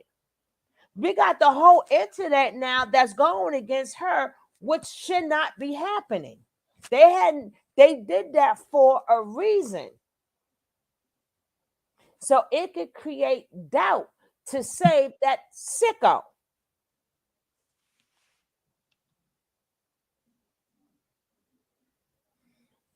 Some unsafe may say no, verbal versus physical intimidation. Like I said, y'all could listen, not listen. This is not up for debate. What y'all do with y'all kids are different. What I'm going to tell my son, because I work with the youth, and just like a lot of boys, when they turn 18 years old, they don't realize that that girl did not turn 18 years old yet. So you may have been cooling with her, y'all may have been grew up together, but at this point in time, you are now an adult and that child is a minor. I see a lot of guys get trapped up on that too. Oh yeah. And a lot of times, I know the testosterone is there. So I know they have to learn discipline. You have to teach them no means no. Now, it may not be, how you may want to do it, but to save my son a lot of problems, it's so many ways we can get caught up in the system. If you could try to eliminate some of the ways, that's all I'm saying. Because once you're in that system, you're in that system. That's it. And we have to teach a girl that their no has to be no. They can't vacillate back and forth. They have to be firm when they say no. that is true. But as a boy, knowing that you're the one going to take the heat for it, I don't care. I don't care if she flip flop. Soon as she be like no, and you try again, and she still say no, I don't want to do this. I don't care if she want to do it afterwards. That'll be her business. You leave. That's the best advice a mother could give a son. Absolutely. I've seen it happen too many times. So again, these kids out here, like even with these little girls or boys, it goes that way. Like I said, us as a people, we if any way we can find ways to stay out of the system, the better. And if somebody's giving you some advice, I don't care if how smart I'd rather be free and smart. I don't want to be in jail and smart. You know what I'm saying? You could be smart all you want, but I'd rather be free and smart. I don't want to be like, I'm smart. I could beat this, I could beat that. I ain't trying to go through it. I want to be smart on the outside, not on the inside. Hmm. And then some people go in there for lesser charges. Some don't come out with their life. Plenty of things happen in that jail. People get shanked up and all these different things. They get bathed in showers and stuff. They do. You go in there for a ticket, like that boy went in there for a book bag. Yes, and that he didn't even steal. And then he done did the poor boy so dirty he took his life because of the things that happen in jail. In Rikers Island. So look at all the things that's happening. It's a mess. This is absolutely intriguing to me. But like I said, I don't have no personal nothing. Oh my God, what are you doing tomorrow? What are you covering tomorrow? Moi? I I'm not sure. I gotta wait and see what these crazy kids do. If They're not, always into something. I might show Solar's modeling video. oh Lord, oh Lord, Um, oh Lordy. you know, I took a poll on my in my community wall, and it said that Oh, I be most taking people your are. polls. I do the Yeah. polls. Oh, good, good. I do the It's polls. today the poll. I said, what is the most intriguing thing about the carbonation nature boy case? And everybody said the court, Now I and said then Velvet is Solar. and Velvet and Solar. I Those were put the two. Velvet and Solar because they driving me crazy, right? I think she's back in Louisiana with her mama. You know what? If that's true, then prayers have been answered because I've really been wanting her to get somewhere where Because we she's look got a at support system. because I seen something when she was talking about the cleaning service. And the cleaning service is what her mother and what her sister's doing. She said something about a cleaning service. Yes, and don't forget her mother and sister run the cleaning service. Oh, I didn't know that. Yeah, they made it. They got that they made that business. But I think at the time being she's back in Louisiana, you know, and she another one. Listen, she may not be perfect, but we ain't gonna act like she ain't been through the ringer neither. Yeah, because somebody fight back or whatever, or they get on they bullshit. When you got somebody pulling your strings every minute, what did you expect for her to do? Yeah, and she's still learning. She's still learning. She's learning how to be a woman. She's learning how to be a mother. She's learning how to be a survivor. The odds are really stacked against the poor girl, and I It's and I feel for both she and Janae. it's not it's like that for all of them because number one, they ain't been free in 6 years. That's why they all still messed. None of them received help. That's Mm-hmm. why I keep telling people I don't go so far in on solo because anytime somebody calls you a slave, beat you behind so much. So it's like a little kid. It's like once you get out, you're able to go out, you're going crazy. Exactly. That's what it's doing. Right. And He's then trying to figure it out. right, he's trying to figure it out. They have never been a man. They have never been a man. They've been boys from before they went, and when they went there, they were still boys, and he still kept them as boys. And then them young ladies, what did you expect from him? He haven't been a boy. He hasn't been a man Y'all got with him when he's still messed up in the head. He ain't been a man in 6 years. He been told what to do in 6 years. What did you expect from him? Yes, and what we're learning is Solar does not like to be told what to do. He wants to be a free spirit. Janae tried her best to talk to him, and I was like, she's talking to a whole different person. He's Solar is not doing. about the 9 to 5 life. They was taught not to be, because the one thing they did learn from Nature Boy is this works. Because Hmm. for 6 years they have been okay from not working. They still ate. They may not ate what they wanted to eat, but they still had food. They still had nice houses and everything else. You understand? So again, he hasn't not been a man. He only been a man, well, trying to be a man for a year. Y'all got him right out the coat. What did you expect from somebody who just got out of a coat? What made you expect responsibility? What made you expect for him to be a good guy? That's why I said they all messed up in the head, and they all put like they put pressures on each other that none of them could do. Unrealistic. Unrealistic, yes. You're absolutely right. There's a lot of wisdom in what you say because So he's running wild right now. right. So I don't know why the Terry is mad, Janae's, and that's the same person. I don't know why Janae is mad, Velvet. I'm like, what did y'all expect?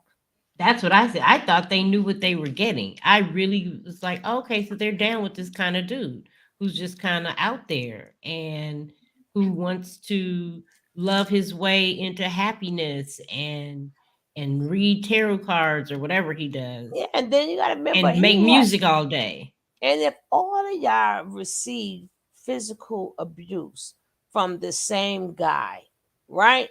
So, and if they thinking they the men, remember he was beating on Zoka too, as they say.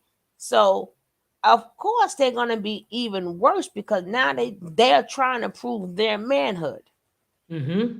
That's why it was so easy for him to go through the both. And remember, shocking him, say he had some other girl, and the other girls. Well, that's like a man getting out of jail. He's humping everything. Oh, How definitely. how were you looking for him to be with one person? He just got out of jail. Well, Yeah. psychological jail. But if a man just getting out of jail, he ain't had nothing, and you thinking, oh, he gonna just no, he gonna be up in everything. But again, they didn't none of them understand the psychological damage. So they had expectations of what did y'all want him to do? They can't explain that. And of No. course, he's gonna be playing with your heads because his head was played with, your head was played with, all of your heads was played with. I think the fact that they're able to sustain themselves, financially and emotionally, that they haven't cracked up, and they relatively stayed out of trouble, is amazing, actually. That's just like when Musa, and he's the worst. When that man said to that girl, he said, I have to watch you. What he said, I I have to have look to at you from an angle. for certain angles. I said, God damn it. I said, I ain't never heard that one before. That was cold blooded. When somebody That was awful. when they talk about your head, your eyes, your nose, I said, well, God damn. Well, all he And did Musa was ought to bring be up. ashamed of himself for even being picky, because I've seen Musa naked and he's nothing to write home about. Trust me. I saw him I seen on him with Twitter. clothes on. I seen him with clothes on. And he ain't nothing I'm right, my mom. Because he Yeah, got like he he better got be happy. he Anybody got want to he got them bed 8 him? shoulders and stuff. But I'm just saying, look how he tortured that girl. And we just forgot that girl out there. That girl was out there crying. That man talked about her from the hair of her head to her feet. I said, God damn. Yeah, that was rude. That That was was the very worst rude. I've ever heard. I'm like, I've heard some stuff before. He said, "I can only look at you from certain angles." I said, God damn. I said, jeez. And Pisces, I don't know what he's into. I don't know if he's, he's doing Pisces is drugs all or. messed up. Of course he's I all messed thought, up. I thought, he's the one who first came out and said that everybody needs to get some kind of mental health. That everybody needs to check their get checked coming out of carbonation, and he sounded like he was on the right path, but then I don't know No, what but he's it was, doing. yeah, but you gotta remember, they all put out there how Nature Boy used to beat on his face and bust on his face, and you don't understand. Again, they don't took the manhood. Who wants to hear that? Who wants to hear? Oh, that's what happened to you. Well, you let Nature Boy put his thing in your face and bust all on you. You know what I'm saying? That's embarrassing for a man. Then he took him away from his child. Did he ever Again, take his wife from him? No. he tried to get Sonny, but Sonny. uh, right. But remember, he was mad, so he tried to get that girl to lose her baby, but it didn't happen. Oh, they gonna say, well, the jump wasn't that long. The point was um she was far out Alone. there, far along. Yes, she didn't have no right jumping in that water. How high was it? It was high enough that she ain't had no business jumping in it. Not in, how many? She was like 7, 8 months pregnant. Oh, yeah. And Mm. then they sat up there. I don't know if you've seen the video. And then when he was going at it, and he said, "Yeah, I like men," and then Nature Boy was like, "Well, can you handle him wanting men and women?" He Pisces, did say that. I do yeah, remember him saying that. I I remember think that they Pisces were is a sitting little around. confused. They were sitting around the house in that circle. Yeah, I think he's a little bit confused over his sexuality, and I think he also was trying to be a comedian or something, I because he don't was know making all if these weird videos that I think he thought were funny. I don't But know if he was confused over it, but I think that again, that was bait too, but people don't realize that. that Pisces was bait to get women into carbonation. No, when you somebody unwillingly put their thing on your face and bust on you, that's a sexual act. Sounds like an act of control too, like But that's still bape. You took advantage Oh, I of see what you're somebody, saying. Yes. you know? So a lot of them had to sit there and do whatever sexual fantasy that Nature Boy wanted. That's why I don't understand why people act like they forgot all of these different instances when he did what he wanted to do. That's why Keys had to leave, because his wife, he was up to his wife, and she was all scared and nervous. So she said she had to get out of Dodge, because he said he was calling her in the room trying to have sex with her. With And Key's wife? yes, Oh, the other Keys, not Brandy Keys, the other not Keys. Brandon, the original, the 3,000, the $300,000 $1,000 Keys. Keys. And he did that with Phoenix Rising. And with Shaka. No, but Phoenix Rising was the first one. That's when there was the Etherans. Yes. I That's the remember one that. who had the house, had the land for them, In Honduras. right in Honduras. And then his wife was like, nah, he trying to do this, he trying to do that. Because he said he had to have the women first. So how do you just, when you saying all of these things, that means you can have it. So that's another telling point that he didn't need permission from nobody. He could do whatever he wanted to do. I'm like, how many times can somebody show you and tell you, I don't ask for nothing, I take it? That's right. How many different shows do you need to see where the man says, I take it? whether you want to give it to me or not. Joy didn't want him, but remember, Joy was his wife first. And then after he got tired of her, he passed Joy to Musa. Mm-hmm.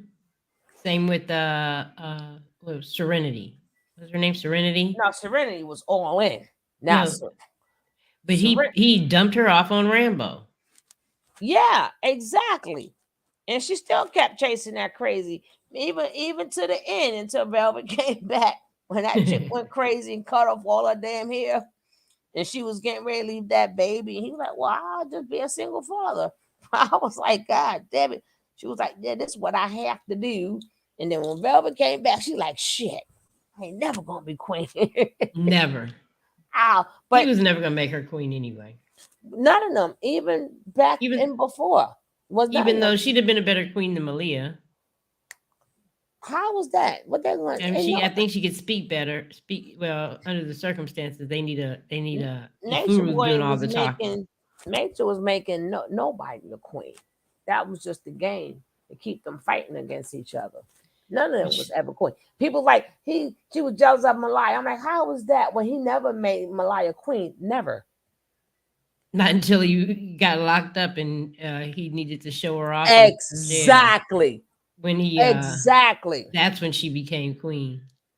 And no one was calling her queen. He never calls her queen. He keeps saying all of them was he just said he liked her the best. But I was like, Malaya, Velvet was going how long? And he never crowned her queen. He was even gonna. He said he was his own queen. And then he was gonna make Mariah the hooker was gonna make her his queen. What people didn't understand, his love for Malaya was she took the best lickings. That's how them crazy psychotic people work. That's what made her the same way Velvet used to take them ass whoopings. So of course, if you're taking these ass whoopings, I love you. So being that the way she took it and still like his way of seeing how much you love him is how bad he can beat you. So that's what it wasn't nothing about her but JJ or nothing like that. It was just a simple fact that he could throw her through the wall. And yes, puppy. I could stomp you. Yes, puppy. I could bust your lip. Yes, puppy. Sugar, you missed your call and you are such a comedian. I've been a comedian my butt to bed. But I probably I'm definitely gonna be on. You ain't got my Tony T channel, right? I definitely be on the other side tomorrow. Yeah, that's another thing. I can't find your other channel. Cause I see Sugar I'm sub to Sugar Babies and I'm sub to this one. Can somebody please drop Tony T? Now, I be going in on the mammies over there, girl. On the mammies? Yeah, it's all about the women over there. I mean, about the men too, but it's just different subjects. It's none of I don't have another channel to talk about the same thing. One channel talks about one thing, then a channel about something different. Like some people have another channel to just talk about the same thing. Right. I'm like, well, the pack up channel. I'm like, nah, it's the other sides to me. No, I'm not just stuck on this. But if one of my mods could please drop my Tony T channel in there, drop the Tony T channel in there so I can get out of here. I got to be out of here by 6 o'clock tomorrow. And it's already 1 o'clock. Thank you so much for having. Oh, I see. No, thank you so much. But being that we're not going to watch the end, was it any last things that he said before we go? That we didn't watch towards the end. Like towards the end, how did you feel about the case? Have you felt towards the end? I felt like it. I felt like it was a strong case, and but he's cautions against saying strong or weak case. He says, you don't know until you get with the jury. However, what he did lead me to believe is that Natureboy should have taken the 10-year plea. That he should have definitely taken the plea, and that he could ultimately get 25 years.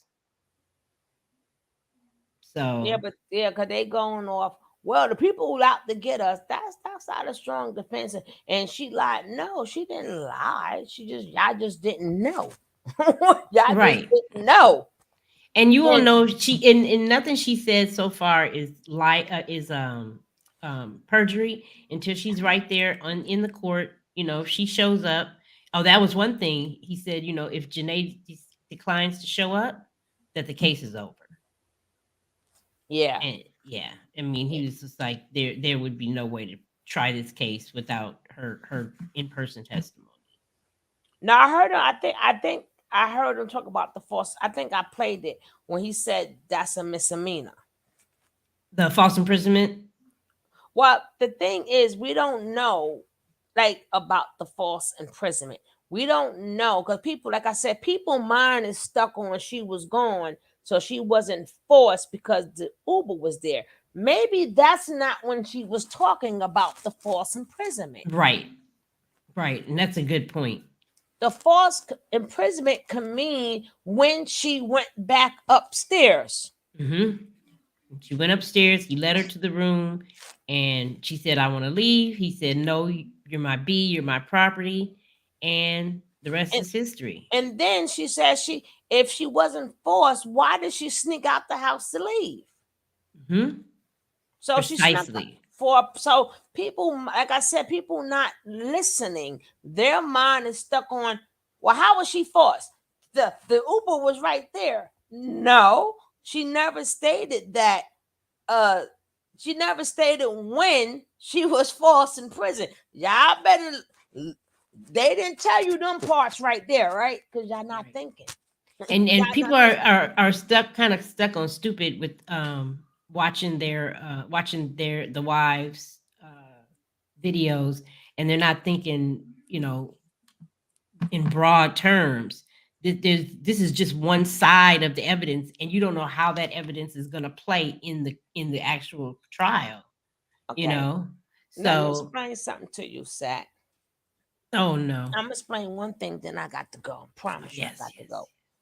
People, please stop with the T interview, because number one, an interview is just an interview. How many times people give interviews, but then we find out the real truth later? That is not a legal interview. It's not a legal document. And certain things people are scared to say. Mhm. That has nothing to do with what she told the police. The same way when some people get bait and they don't want to say they got bait, and they'll tell their friends one thing, but in reality something else more tragic happened. She did not have she didn't have to come, and like that man said to the T, yeah, she was speaking freely or whatever, but that doesn't mean she wanted to get down and dirty and say the actual act that happened to her. Y'all not Yeah. taking that in consideration because it was just an interview. That's it. But people do interviews all the time. If this just happened, they're not going to say, and then this, and then that. And like he said, why would she relive all of that, all the little pieces online like that? She told the story the best way she could. What without But that's not a legal document. That's nothing legal. That's just an interview that she said. But being that all these people is watching her, you don't know if she was ashamed to get into the graphics that you guys wanted to hear. It doesn't make it a stone. We got it now. No, because we don't know she. And then the T also proved that she went to the police before she had the interview. Yes. Based on the timeline, she had already gone to the police. She'd already made the police report. She'd already reached out to law enforcement, probably talk to a lawyer. Because at the end of the interview, the T goes, "Oh no, you guys can stop telling her to go to the police that she was, raped. That you know she's already taking care of it." Let me just address Sat 12. What did you ask me? She asked me. Sat 12 said some. Oh, the lawyer, yeah. Andrew, I sent him the full interview. I didn't send him just the excerpt. I sent him the full interview, so he did. He heard the whole thing, and it still didn't persuade him one way or the other. He says it's a small piece of evidence that can be explained away in the rape shield law, and that Right. Anybody can explain that. So it's not like it could be evidence, but again, we don't know. The evidence would not be what she said to the T. The evidence would be when they went down to the precinct. That's where the real evidence would be, where the witnesses are at. Why would a witness sit up there and wait for somebody to do an interview, then go, "Oh yeah, that's what happened"? Chick, you was right there. You don't know what happened? Yeah. If y'all was all in front of the car and then y'all all went in the house, you guys cannot say you were sleeping, because y'all all was up, right? Because y'all just walked her outside and y'all walked her back in, and she went straight up to the room. So at that point, you guys know what happened. Maybe not what happened in the room, but you would know if somebody came out looking like they was raped or not. So you guys said nothing. And then even after she said she was baked before the interview, you guys still ain't defeated. So you can't defeat it now because the T came out with an interview. Why you didn't defeat it then? Y'all was scared as shit until she did that interview. But y'all are witnesses. So that could be tossed and turned any type of way.